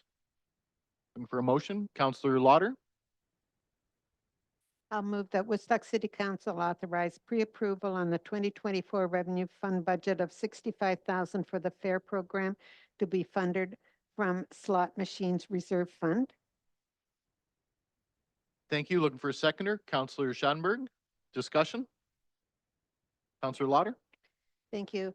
I just think that this is a very worthwhile funding spent, and it's been well used, and hopefully the uptake for the bus passes will grow as they become more familiar. So I think this is great, and I really look forward to seeing this all be spent next year. Great, thank you. Any other questions or discussion? Okay, all those in favor? Carried, none opposed. Next up, we have 14D.3 2024 Annual Bedding Plant Order. Looking for a motion? Counselor Tate, I'll move that Woodstock City Council gives notice of a commitment of $49,901.50, including HST, in the 2024 Reserve Fund budget for the supply of floral materials from Floral Express, Inc. thank you. Looking for a seconder? Counselor Schadenberg, discussion? Or questions? Seeing none, all those in oh, almost got it in there. Counselor Schadenberg? Yeah, I guess the question, first of all, nice comment that Floral Express is certainly a local company, but just specifically that, assuming that there's a revenue amount or a budgeted amount to be able to go out there, how does the process go to determine which floral company or which greenhouses get the contract for 2024? What the procedure is on that? Are you directing that to someone specifically? I guess Brian Connors, if he wants to talk to it, or I know Rita Haran was in the room. Your worship, through the councilor's question, I will take the question as I'm in front of a mic here. So, I'm fine with that too. I don't know if Ms. Haran would be though.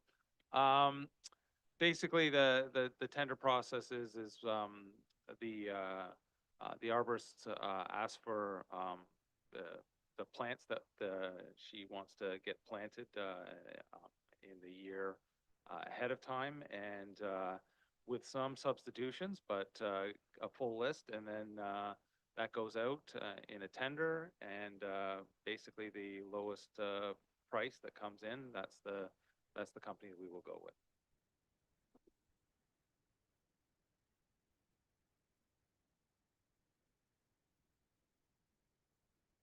Okay, pardon me, sorry. It was mentioned that it may have been misread, so I just wanted to be clear on the annual bedding plant order that the commitment of $49,901.50, including HST in the 2024 revenue fund budget, we think maybe it was mistakenly said by reserve, so we just want to make sure everyone is clear that this is in the revenue fund budget for the supply of floral materials from Floral Express Inc.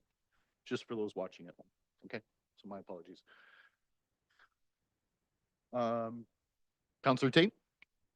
Since we're discussing it, I'll just make a comment. And again, our staff is fantastic at what they do. And we have a lot of parks, a lot of green space, a lot of gardens to look after, and very minimal staff. And thank you very much to all the staff because they look amazing. We get comments from everybody how beautiful our gardens are. So, and I know it's a lot of work, and I know we don't have a lot of staff. So thank you. Yes, I'll certainly echo that. The staff do a wonderful job, and I love going around to different events, and it's commented all the time. So hats off to staff for that. Any other comments or questions before I call a vote? Thanks for that. Seeing none, Rita just got her back patted. For those wondering what I'm talking about. All those in favor? None opposed. That's carried with a back pat. Economic Development, 14E.1, additional funding for the rezoning of 760 Juliana Drive. Looking for a motion? Counselor Tate? I'll move that Woodstock City Council approve an addition of $115,000 to complete the necessary studies and reports associated with the rezoning of 760 Juliana Drive, and that additional funds be financed out of the reserve for capital projects. Thank you. Looking for a seconder? Counselor Wismer Van Meer, discussion?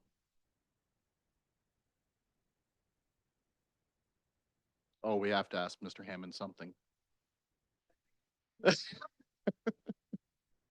All right. Seeing no questions at all, you're off the hook. I'll call a vote. All those in favor? That is carried. 14E.2, items for completion of the Salter Avenue land transaction. Looking for a motion. Counselor Lauder, I'll move that Woodstock City Council refer the sale of the city-owned land on Salter Avenue to the bylaws section of the agenda, and further that City Council authorize the release of a municipal access easement associated with Cottle Park, and further that City Council dedicate 2 parcels of land located adjacent to the west end of the Salter Avenue as part of the Salter Avenue Road Allowance. thank you. Looking for a seconder. Counselor Schadenberg, discussion. Counselor Lauder, Maybe Mr. Hammond would like to speak to this, so through the mayor to Mr. Hammond. Thank you, Your Worship. I knew my luck was going to run out at some point, so I suppose it started to run out now. Yeah, so Salter Avenue, it's got a very long history to it. This particular part really is kind of the completion of an agreement that the city entered into, I suppose almost 5 years ago now. We've referred to it as the land swap with Gulf North, who are the current owners of the Cedar Creek Golf Course. And it really was just that we had the golf course was in 2 parts, I guess, to step back. There was a portion that was kind of between Parkinson Road and Juliana Drive, which was privately owned by the Cedar Creek Golf Course, and there was a portion that was between Juliana Drive and the 401, which was owned by the city, and that made up the golf course. When the golf course wrapped up, the owners of the golf course were looking at development opportunities on the course. There were a few small portions of land that were above the flood line. And to that end, this is where the land swap, I guess, originated from. So the plan is that they would transfer, or we would transfer kind of developable portions of land, literally fractions of an acre, to them.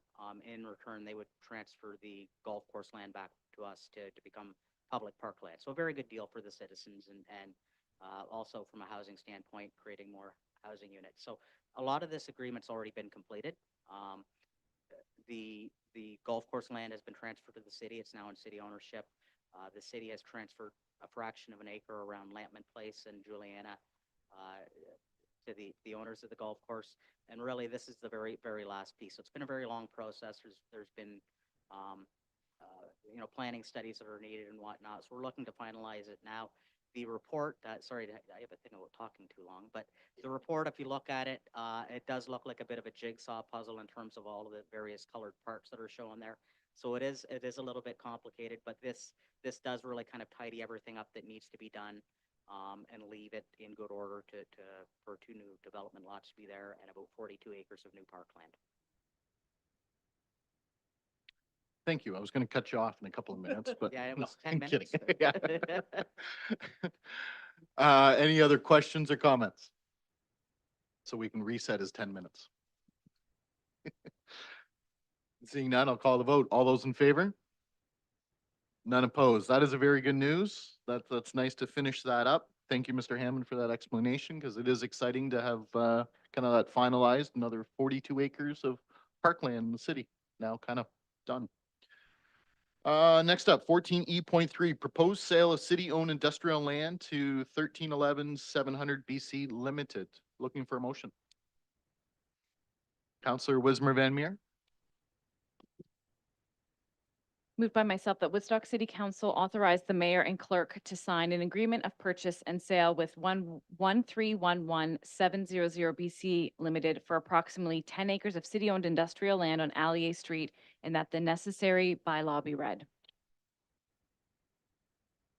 thank you. Do we have a seconder? Councillor Martin, discussion or questions?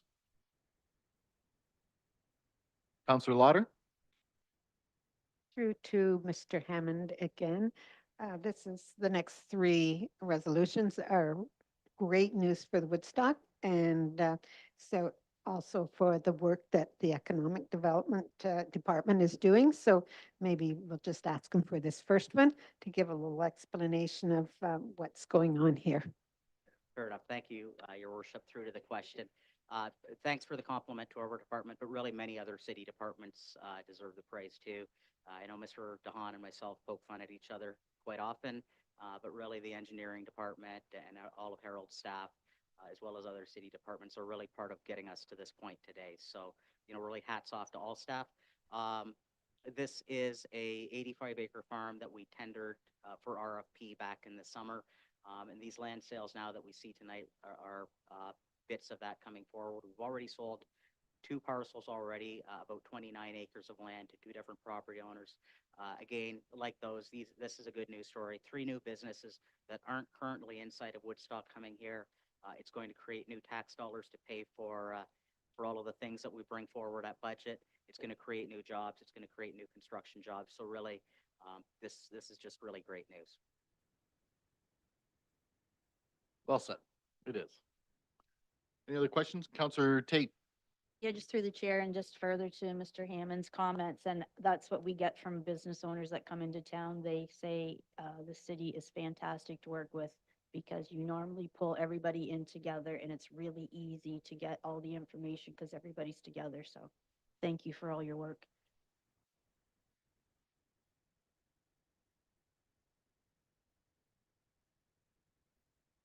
Any other questions or comments? Call the vote. All those in favor? None opposed. Carried. Welcome to the city. Next up, 14E.4, proposed sale of city-owned industrial land. Counselor Schattenberg.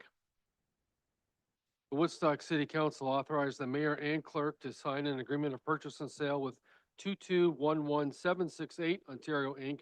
for the purchase of approximately 4.9 acres of city-owned industrial land on Alley Street, and that the necessary bylaw be read. Thank you. Seconded by Counselor Martin. I believe I saw your hand up. Is that correct? Thank you. Discussion or questions on this one? Safe to say ditto? Mr. Hammond? Yeah. All right, with that, I'll call the vote. All those in favor? None opposed. Carried. 14E5, another sale, of city-owned land. Looking for a motion? Counselor Martin. Thank you. That Woodstock City Council authorized mayor and clerk to sign an agreement of purchase and sale with ACR Stichtersol, Canada for the purchase of approximately 8.8 acres of city-owned industrial land on LEA Street, and that the necessary bylaw be read.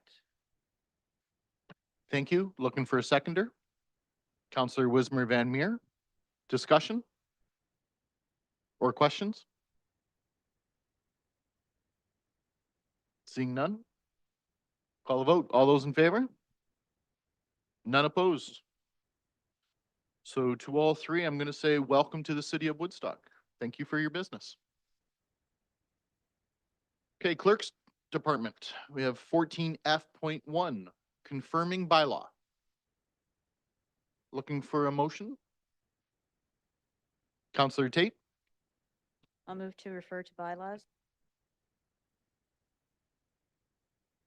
Thank you. Oh, right, yes. Seconder on that, Counselor Wismer Van Meer. Discussion? It's been a long night. All those in favor? And none opposed. Thank you. Next up, we do have a CAO report, of course, 14G.1, housing pledge. Looking for a motion on the floor? Counselor Schattenberg?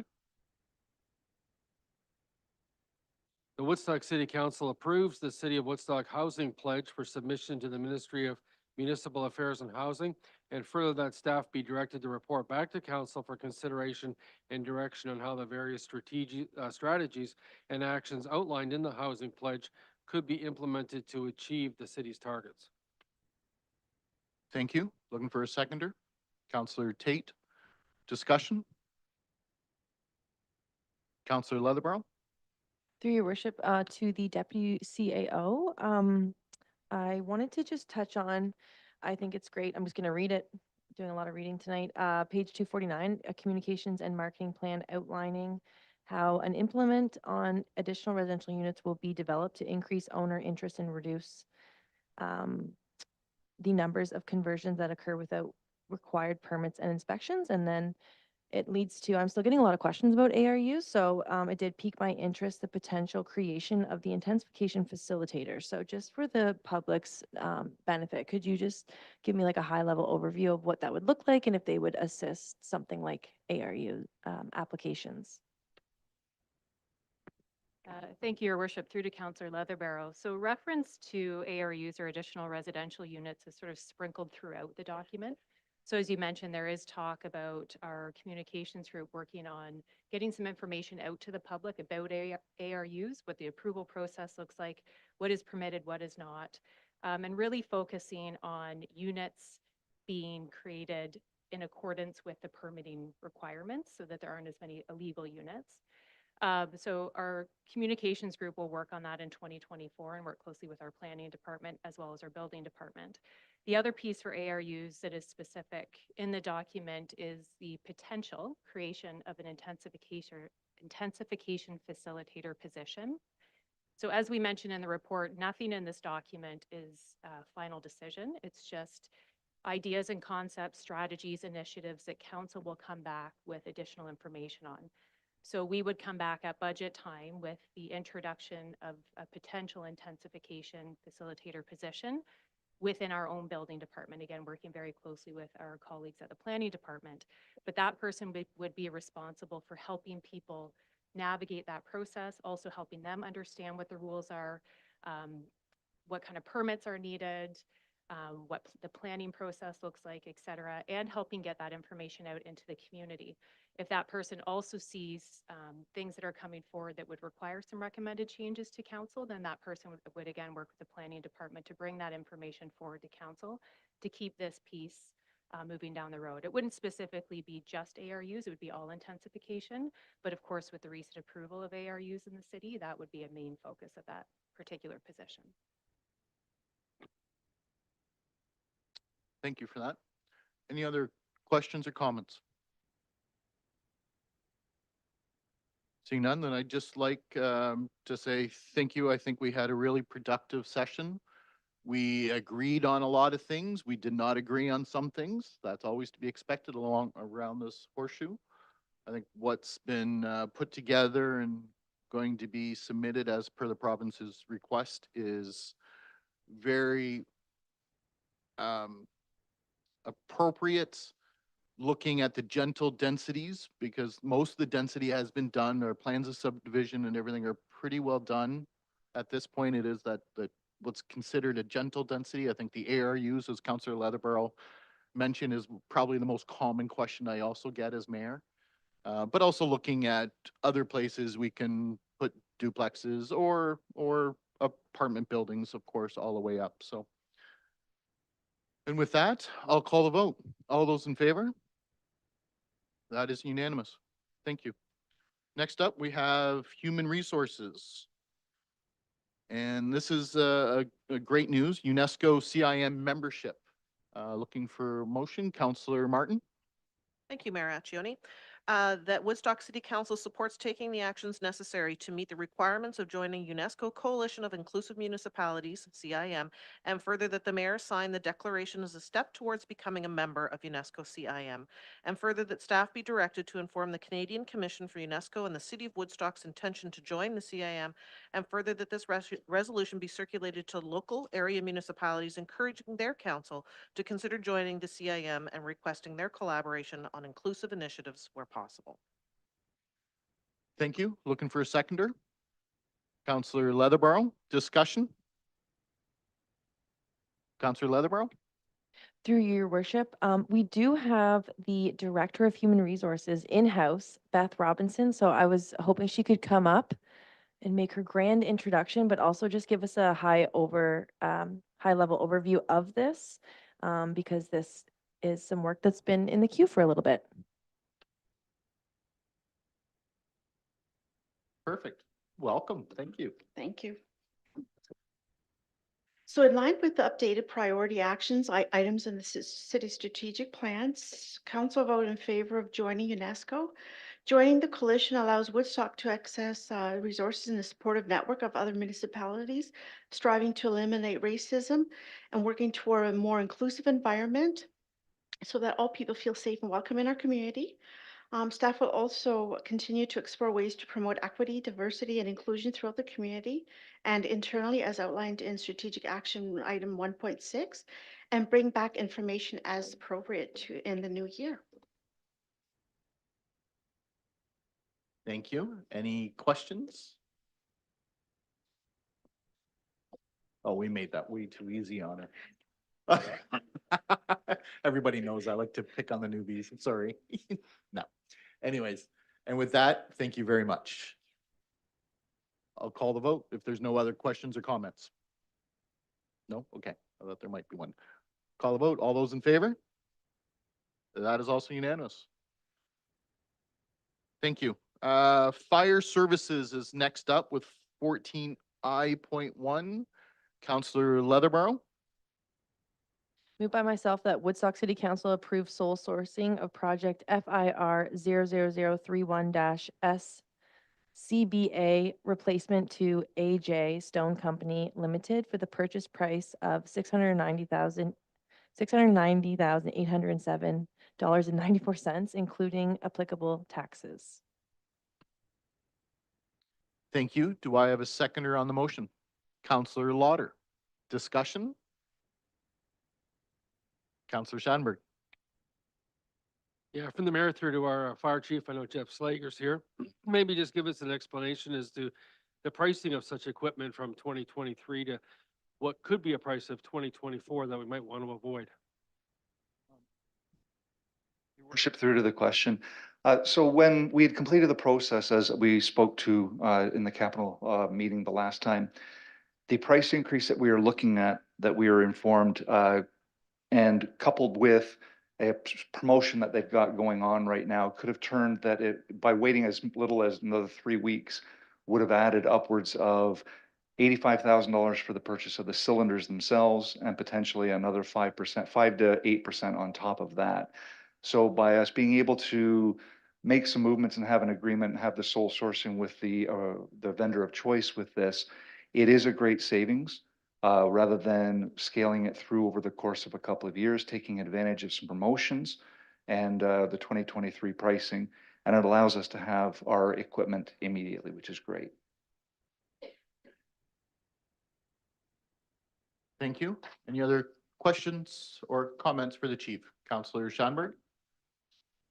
Maybe if our Chief Slager could announce what the SCBA stands for, the acronym. So anybody that has been used to water stuff, we leave the underwater out of it. A self-contained breathing apparatus. So the air packs that our firefighters wear when they go into a contaminated environment. It allows us to bring clean air and keeps a safe operating situation for our firefighters while they're active. Thank you. Any other questions for the chief? Last chance for final comments then. Thank you, chief. Thank you very much. I'll call the vote. All those in favor? None opposed. Carried. Next up, we got Public Works. Procurement of wheel loader for Public Works, 14J1. Looking for a motion? Counselor Lauder. I'll move that Woodstock City Council approve participation in Canoe Procurement Group of Canada for cooperative purchasing of project EQU 00010 PW, replace loader for $337,943.22 exclusive of taxes, with the overage of approximately $4,000 being funded from the equipment reserve. Thank you. Looking for a seconder on the motion? Counselor Tate, discussion or questions? Seeing none, we'll call the vote. All those in favor? None opposed. Nothing from IT tonight. No special committee advisory task force reports, no notice of motions, but we do have new business, as we mentioned earlier this evening. Counselor Wismer Van Meer. Moved by myself and seconded by Counselor Leatherborough, whereas Woodstock City Council established the Mayor's Social Wellbeing Task Force and a Community and Social Wellbeing Reserve in 2023 in order to support initiatives that accelerate solutions to housing, mental health, safety, and addiction issues in our community. And whereas the task force has identified a warming center during the winter months as an important need in the community. Now therefore be it resolved that Woodstock City Council allocates the remaining $30,000 from the Community and Social Wellbeing Reserve for 2023 to operation sharing to support the creation and startup of a mobile warming center. Thank you. Would you like to speak to this? If I motion? could, yes. Of course. Thank you. Go ahead. I have, I did ask Executive Director, Mr. Sean Shapton, if he could pass along a few points as well. Over the last 2 weeks, I've had many conversations with Sean about this. During our meeting, I believe it would have been October, correct me if I'm wrong, I think it was October that we met last with the Mayor's Task Force. There was concerns of the number of those that are experiencing being unhoused at this time and the lack of space within our shelter. It fills up very quickly.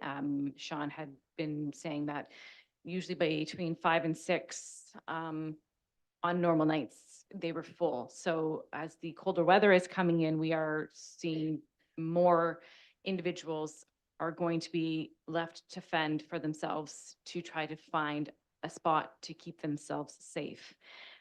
So the idea of this mobile warming center is to have, at this point, we are looking at a small bus that would be similar to the paratransit that we have in the city of Woodstock. That would be where it would start to see what the need is. It would be one driver with one outreach worker on that bus. It's the opportunity for individuals that can't or are not able to attend the shelter system that we have. The main priority of this is providing warmth. People cannot die on our streets because they are cold, and that is something we have to keep in mind. We are going to continue to look at the best practices. Sean is speaking with a number of other municipalities. One that he referenced was the one that was just recently started in Hamilton. They're going to utilize the best practices borrowed from those other communities to provide the same service here in Woodstock.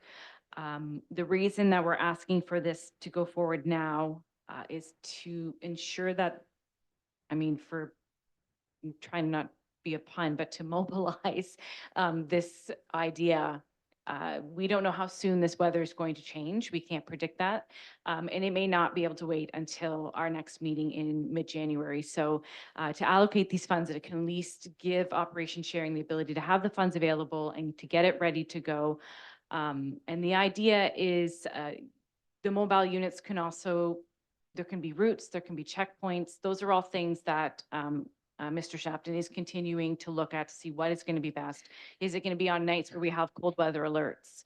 Is it going to be every night? Is it going to be a threshold temperature that we determine, or Operation Sharing, I should say, determines as to when it should be initiated? So those are still pieces that are coming together, but rather than waiting for another month to see how that could look, we wanted to make sure that these funds could be there for them so that as soon as Sean and his team have a good plan in place, it can go forward. Thank you. Any other questions or comments? Councillor Tate. Oh, yeah, through the chair. While we're speaking of this, I just want to thank Sean and his staff. They do an amazing job at Operation Sharing. The work they do is, we were just saying, it's very stressful. I don't know how they do it. So I shout out to them because it is difficult work. And Sean has mentioned a number of times, he's come to county council and nothing's been done, but it's really important, as the counselor said, to have this mobile bus, because Sean has mentioned a number of times, a lot of people have a barrier going into the church. So they need the warmth, but they cannot yet, they have a issue with using the church. So I think this is a great idea. And once again, I want to just shout out to the staff there for the amazing work that they do. Thank you. Any other questions or comments? Councillor Lauder. I just have a question to whoever. Do they still, if the Operation Sharing, the beds are still not available, I should say, they're filled. So do they go to send them to the hotels now, or do they just, oh, that's good. It's good to hear that at least they have that place to go to. Thank you. I'll, want to take that? Counselor Wismer Van Meer. Just to answer Councillor Lauder's question, there is availability of emergency housing, unfortunately, and by no means does this point fingers. Some locations are no longer accepting individuals.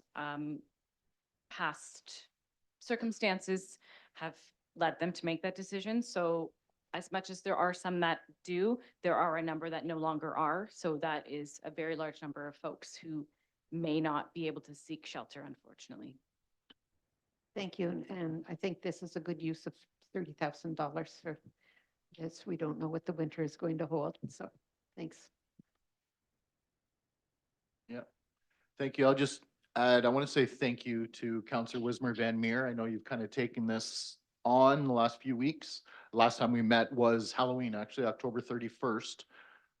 So this has really been worked on this past month to try to put it together and see where we can go. So to Director Shapton and his team, thank you for taking on the challenge. I couldn't imagine the job they face every single day, and the need is huge. So if we can keep somebody warm for the evening, of course.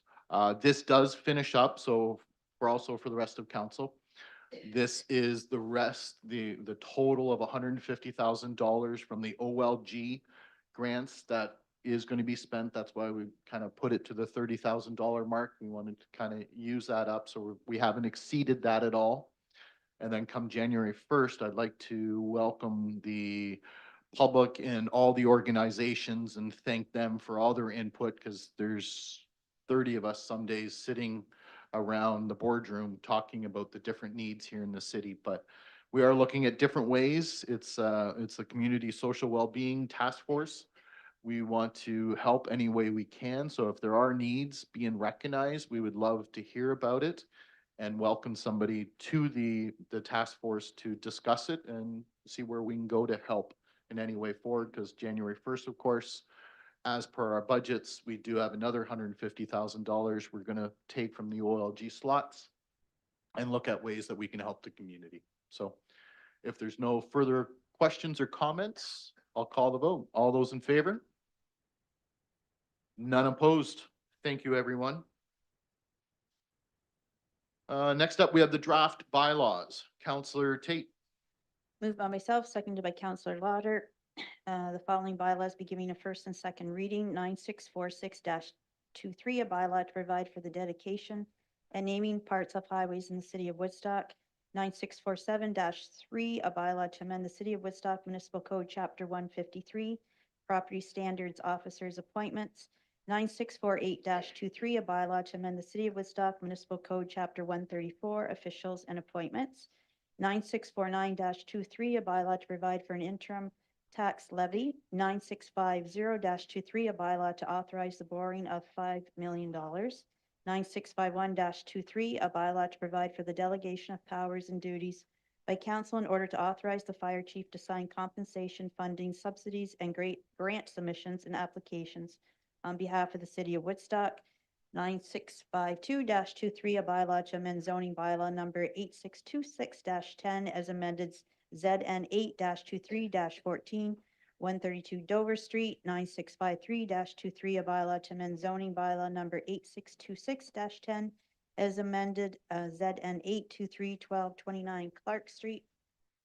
9654-23, a bylaw to provide for the sale of certain lands by the corporation city. 9655-23, a bylaw to provide for the sale of certain lands owned by the corporation of the city of Woodstock. 9656-23, a bylaw to provide for the sale of certain lands owned by the city, the corporation city of Woodstock.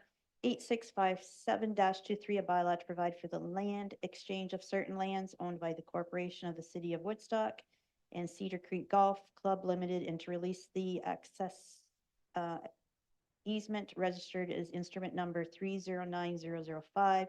9658-23, a bylaw to adopt and confirm all actions and proceedings of the council of the corporation of the city of Woodstock during the period November 17th, 2022 to December 14th, 2023.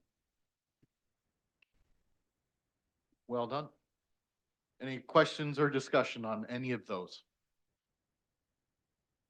Seeing none, I'll call the vote. All those in favor? None opposed? Okay, now you got to do it again, Counselor Tate. No. Moved by myself, seconded by Counselor Lauder, that the following bylaws be given a third and final reading, 9646-2 inclusive to 9658-23.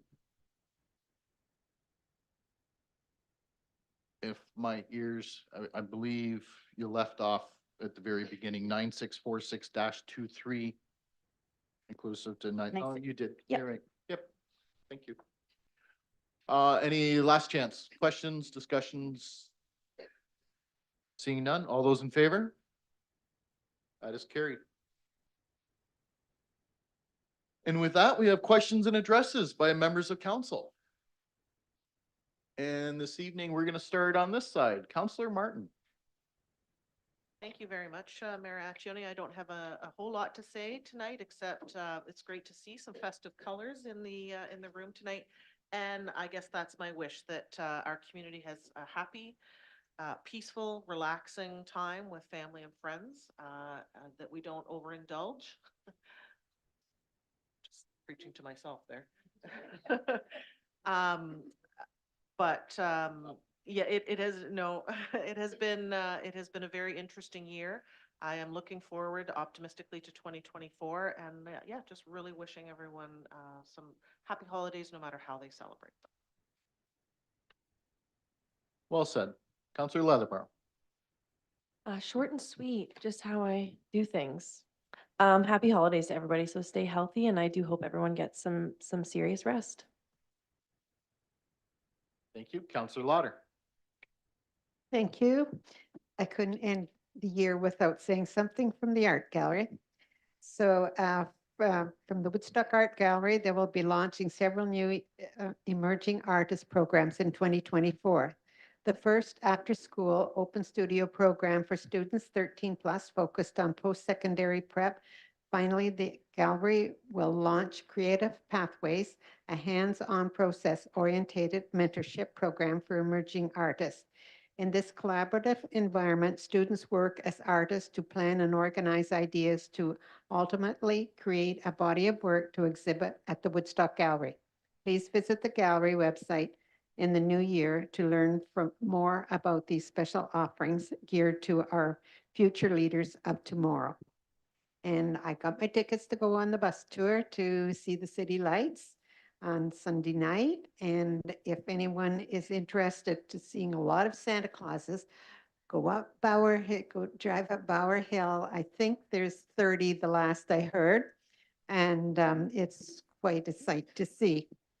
And a big thanks to staff who have been bombarded with questions over the past few days. I'm sure you have been so helpful and patient with all of us. And to all council members, staff, and families, and the community, have a wonderful Christmas and stay safe and healthy. Thank you. Thank you. Counselor Tate.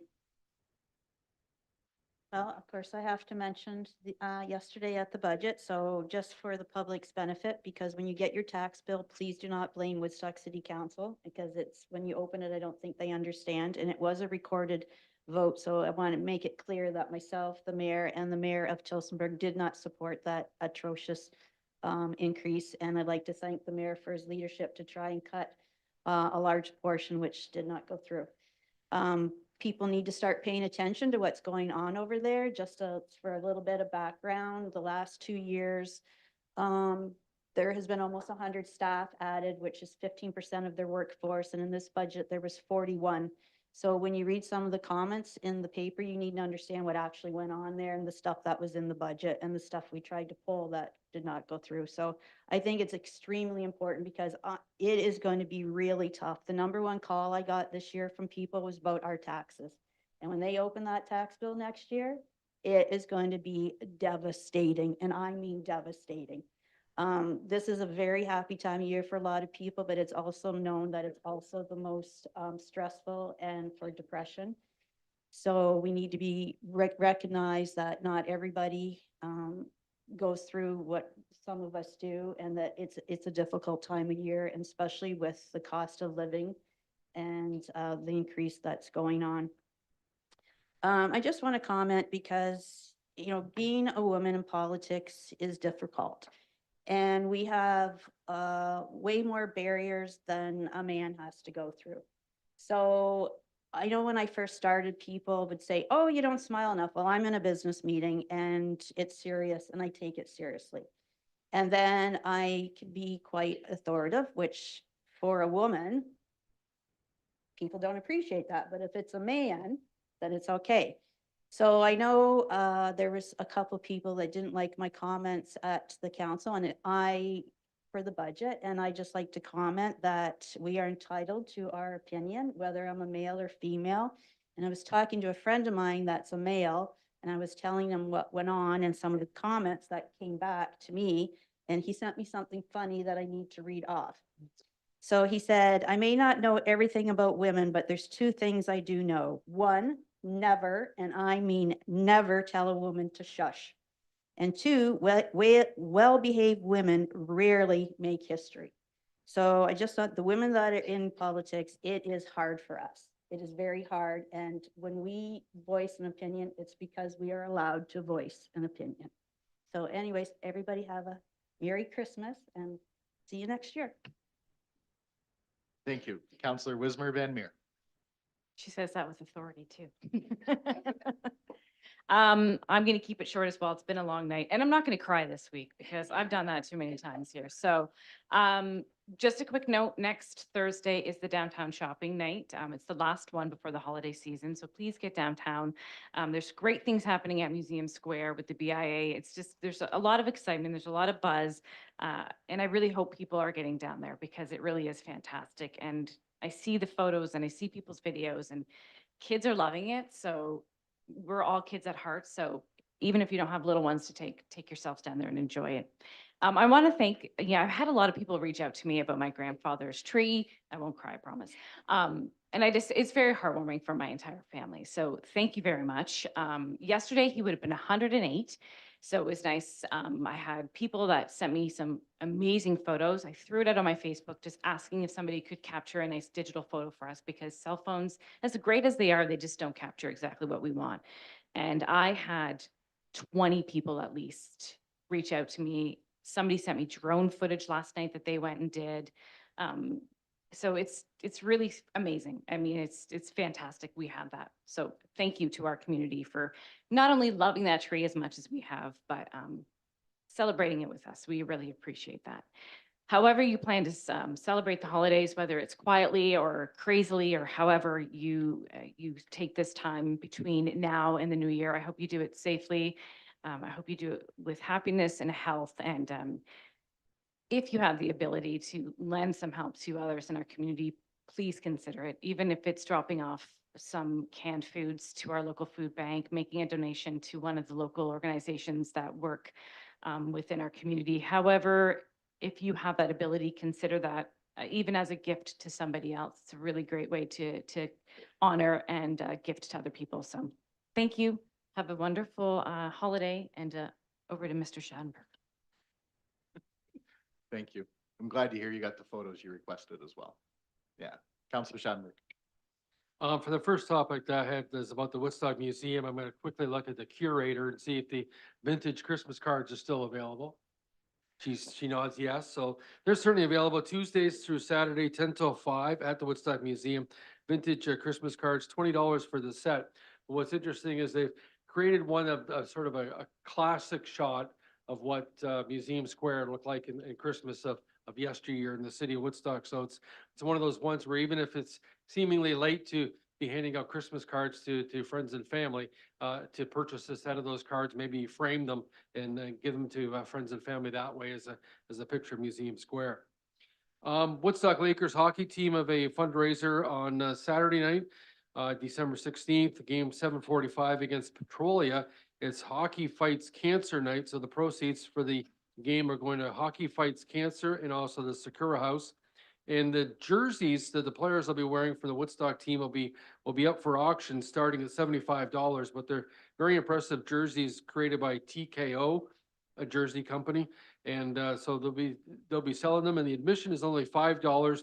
if you wear an ugly sweater. So it's ugly sweater night at the Woodstock Lakers on Saturday. Thank you. I'm going to start off by thanking SOMA, Southwestern Ontario Marketing Alliance.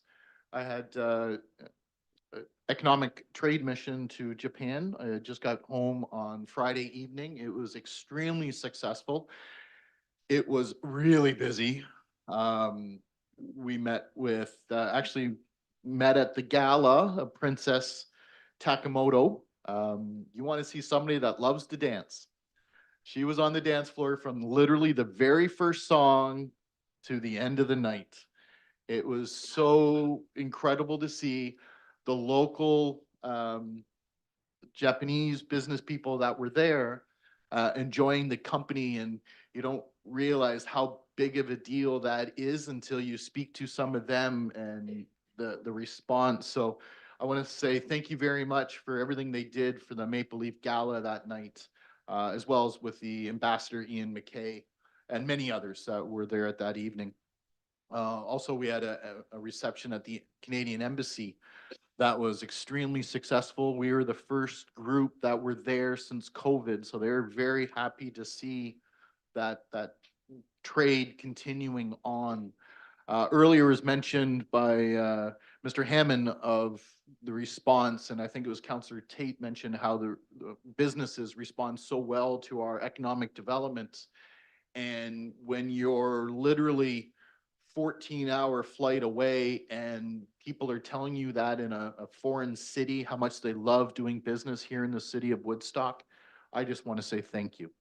It was so great to represent staff, their hard work, and being recognized literally on the other side of the world. We had some great meetings. We'll see what comes of it. Of course, we're meeting with Japanese companies, and a lot of those invested here in the city already, and I'd like to thank them for their hospitality and really showing us a few little things amongst so many meetings. But anyways, it was, I'd like to say thank you to staff for that. I'd like everybody to take a look at what's on Woodstock. On the copy of what's on Woodstock is year in review. This is a really great snapshot of what we have done as a council this past year. Once you see it and read it, at least myself, I was kind of, wow, we did get some stuff done this year. This is really, really good and positive, and we're just started.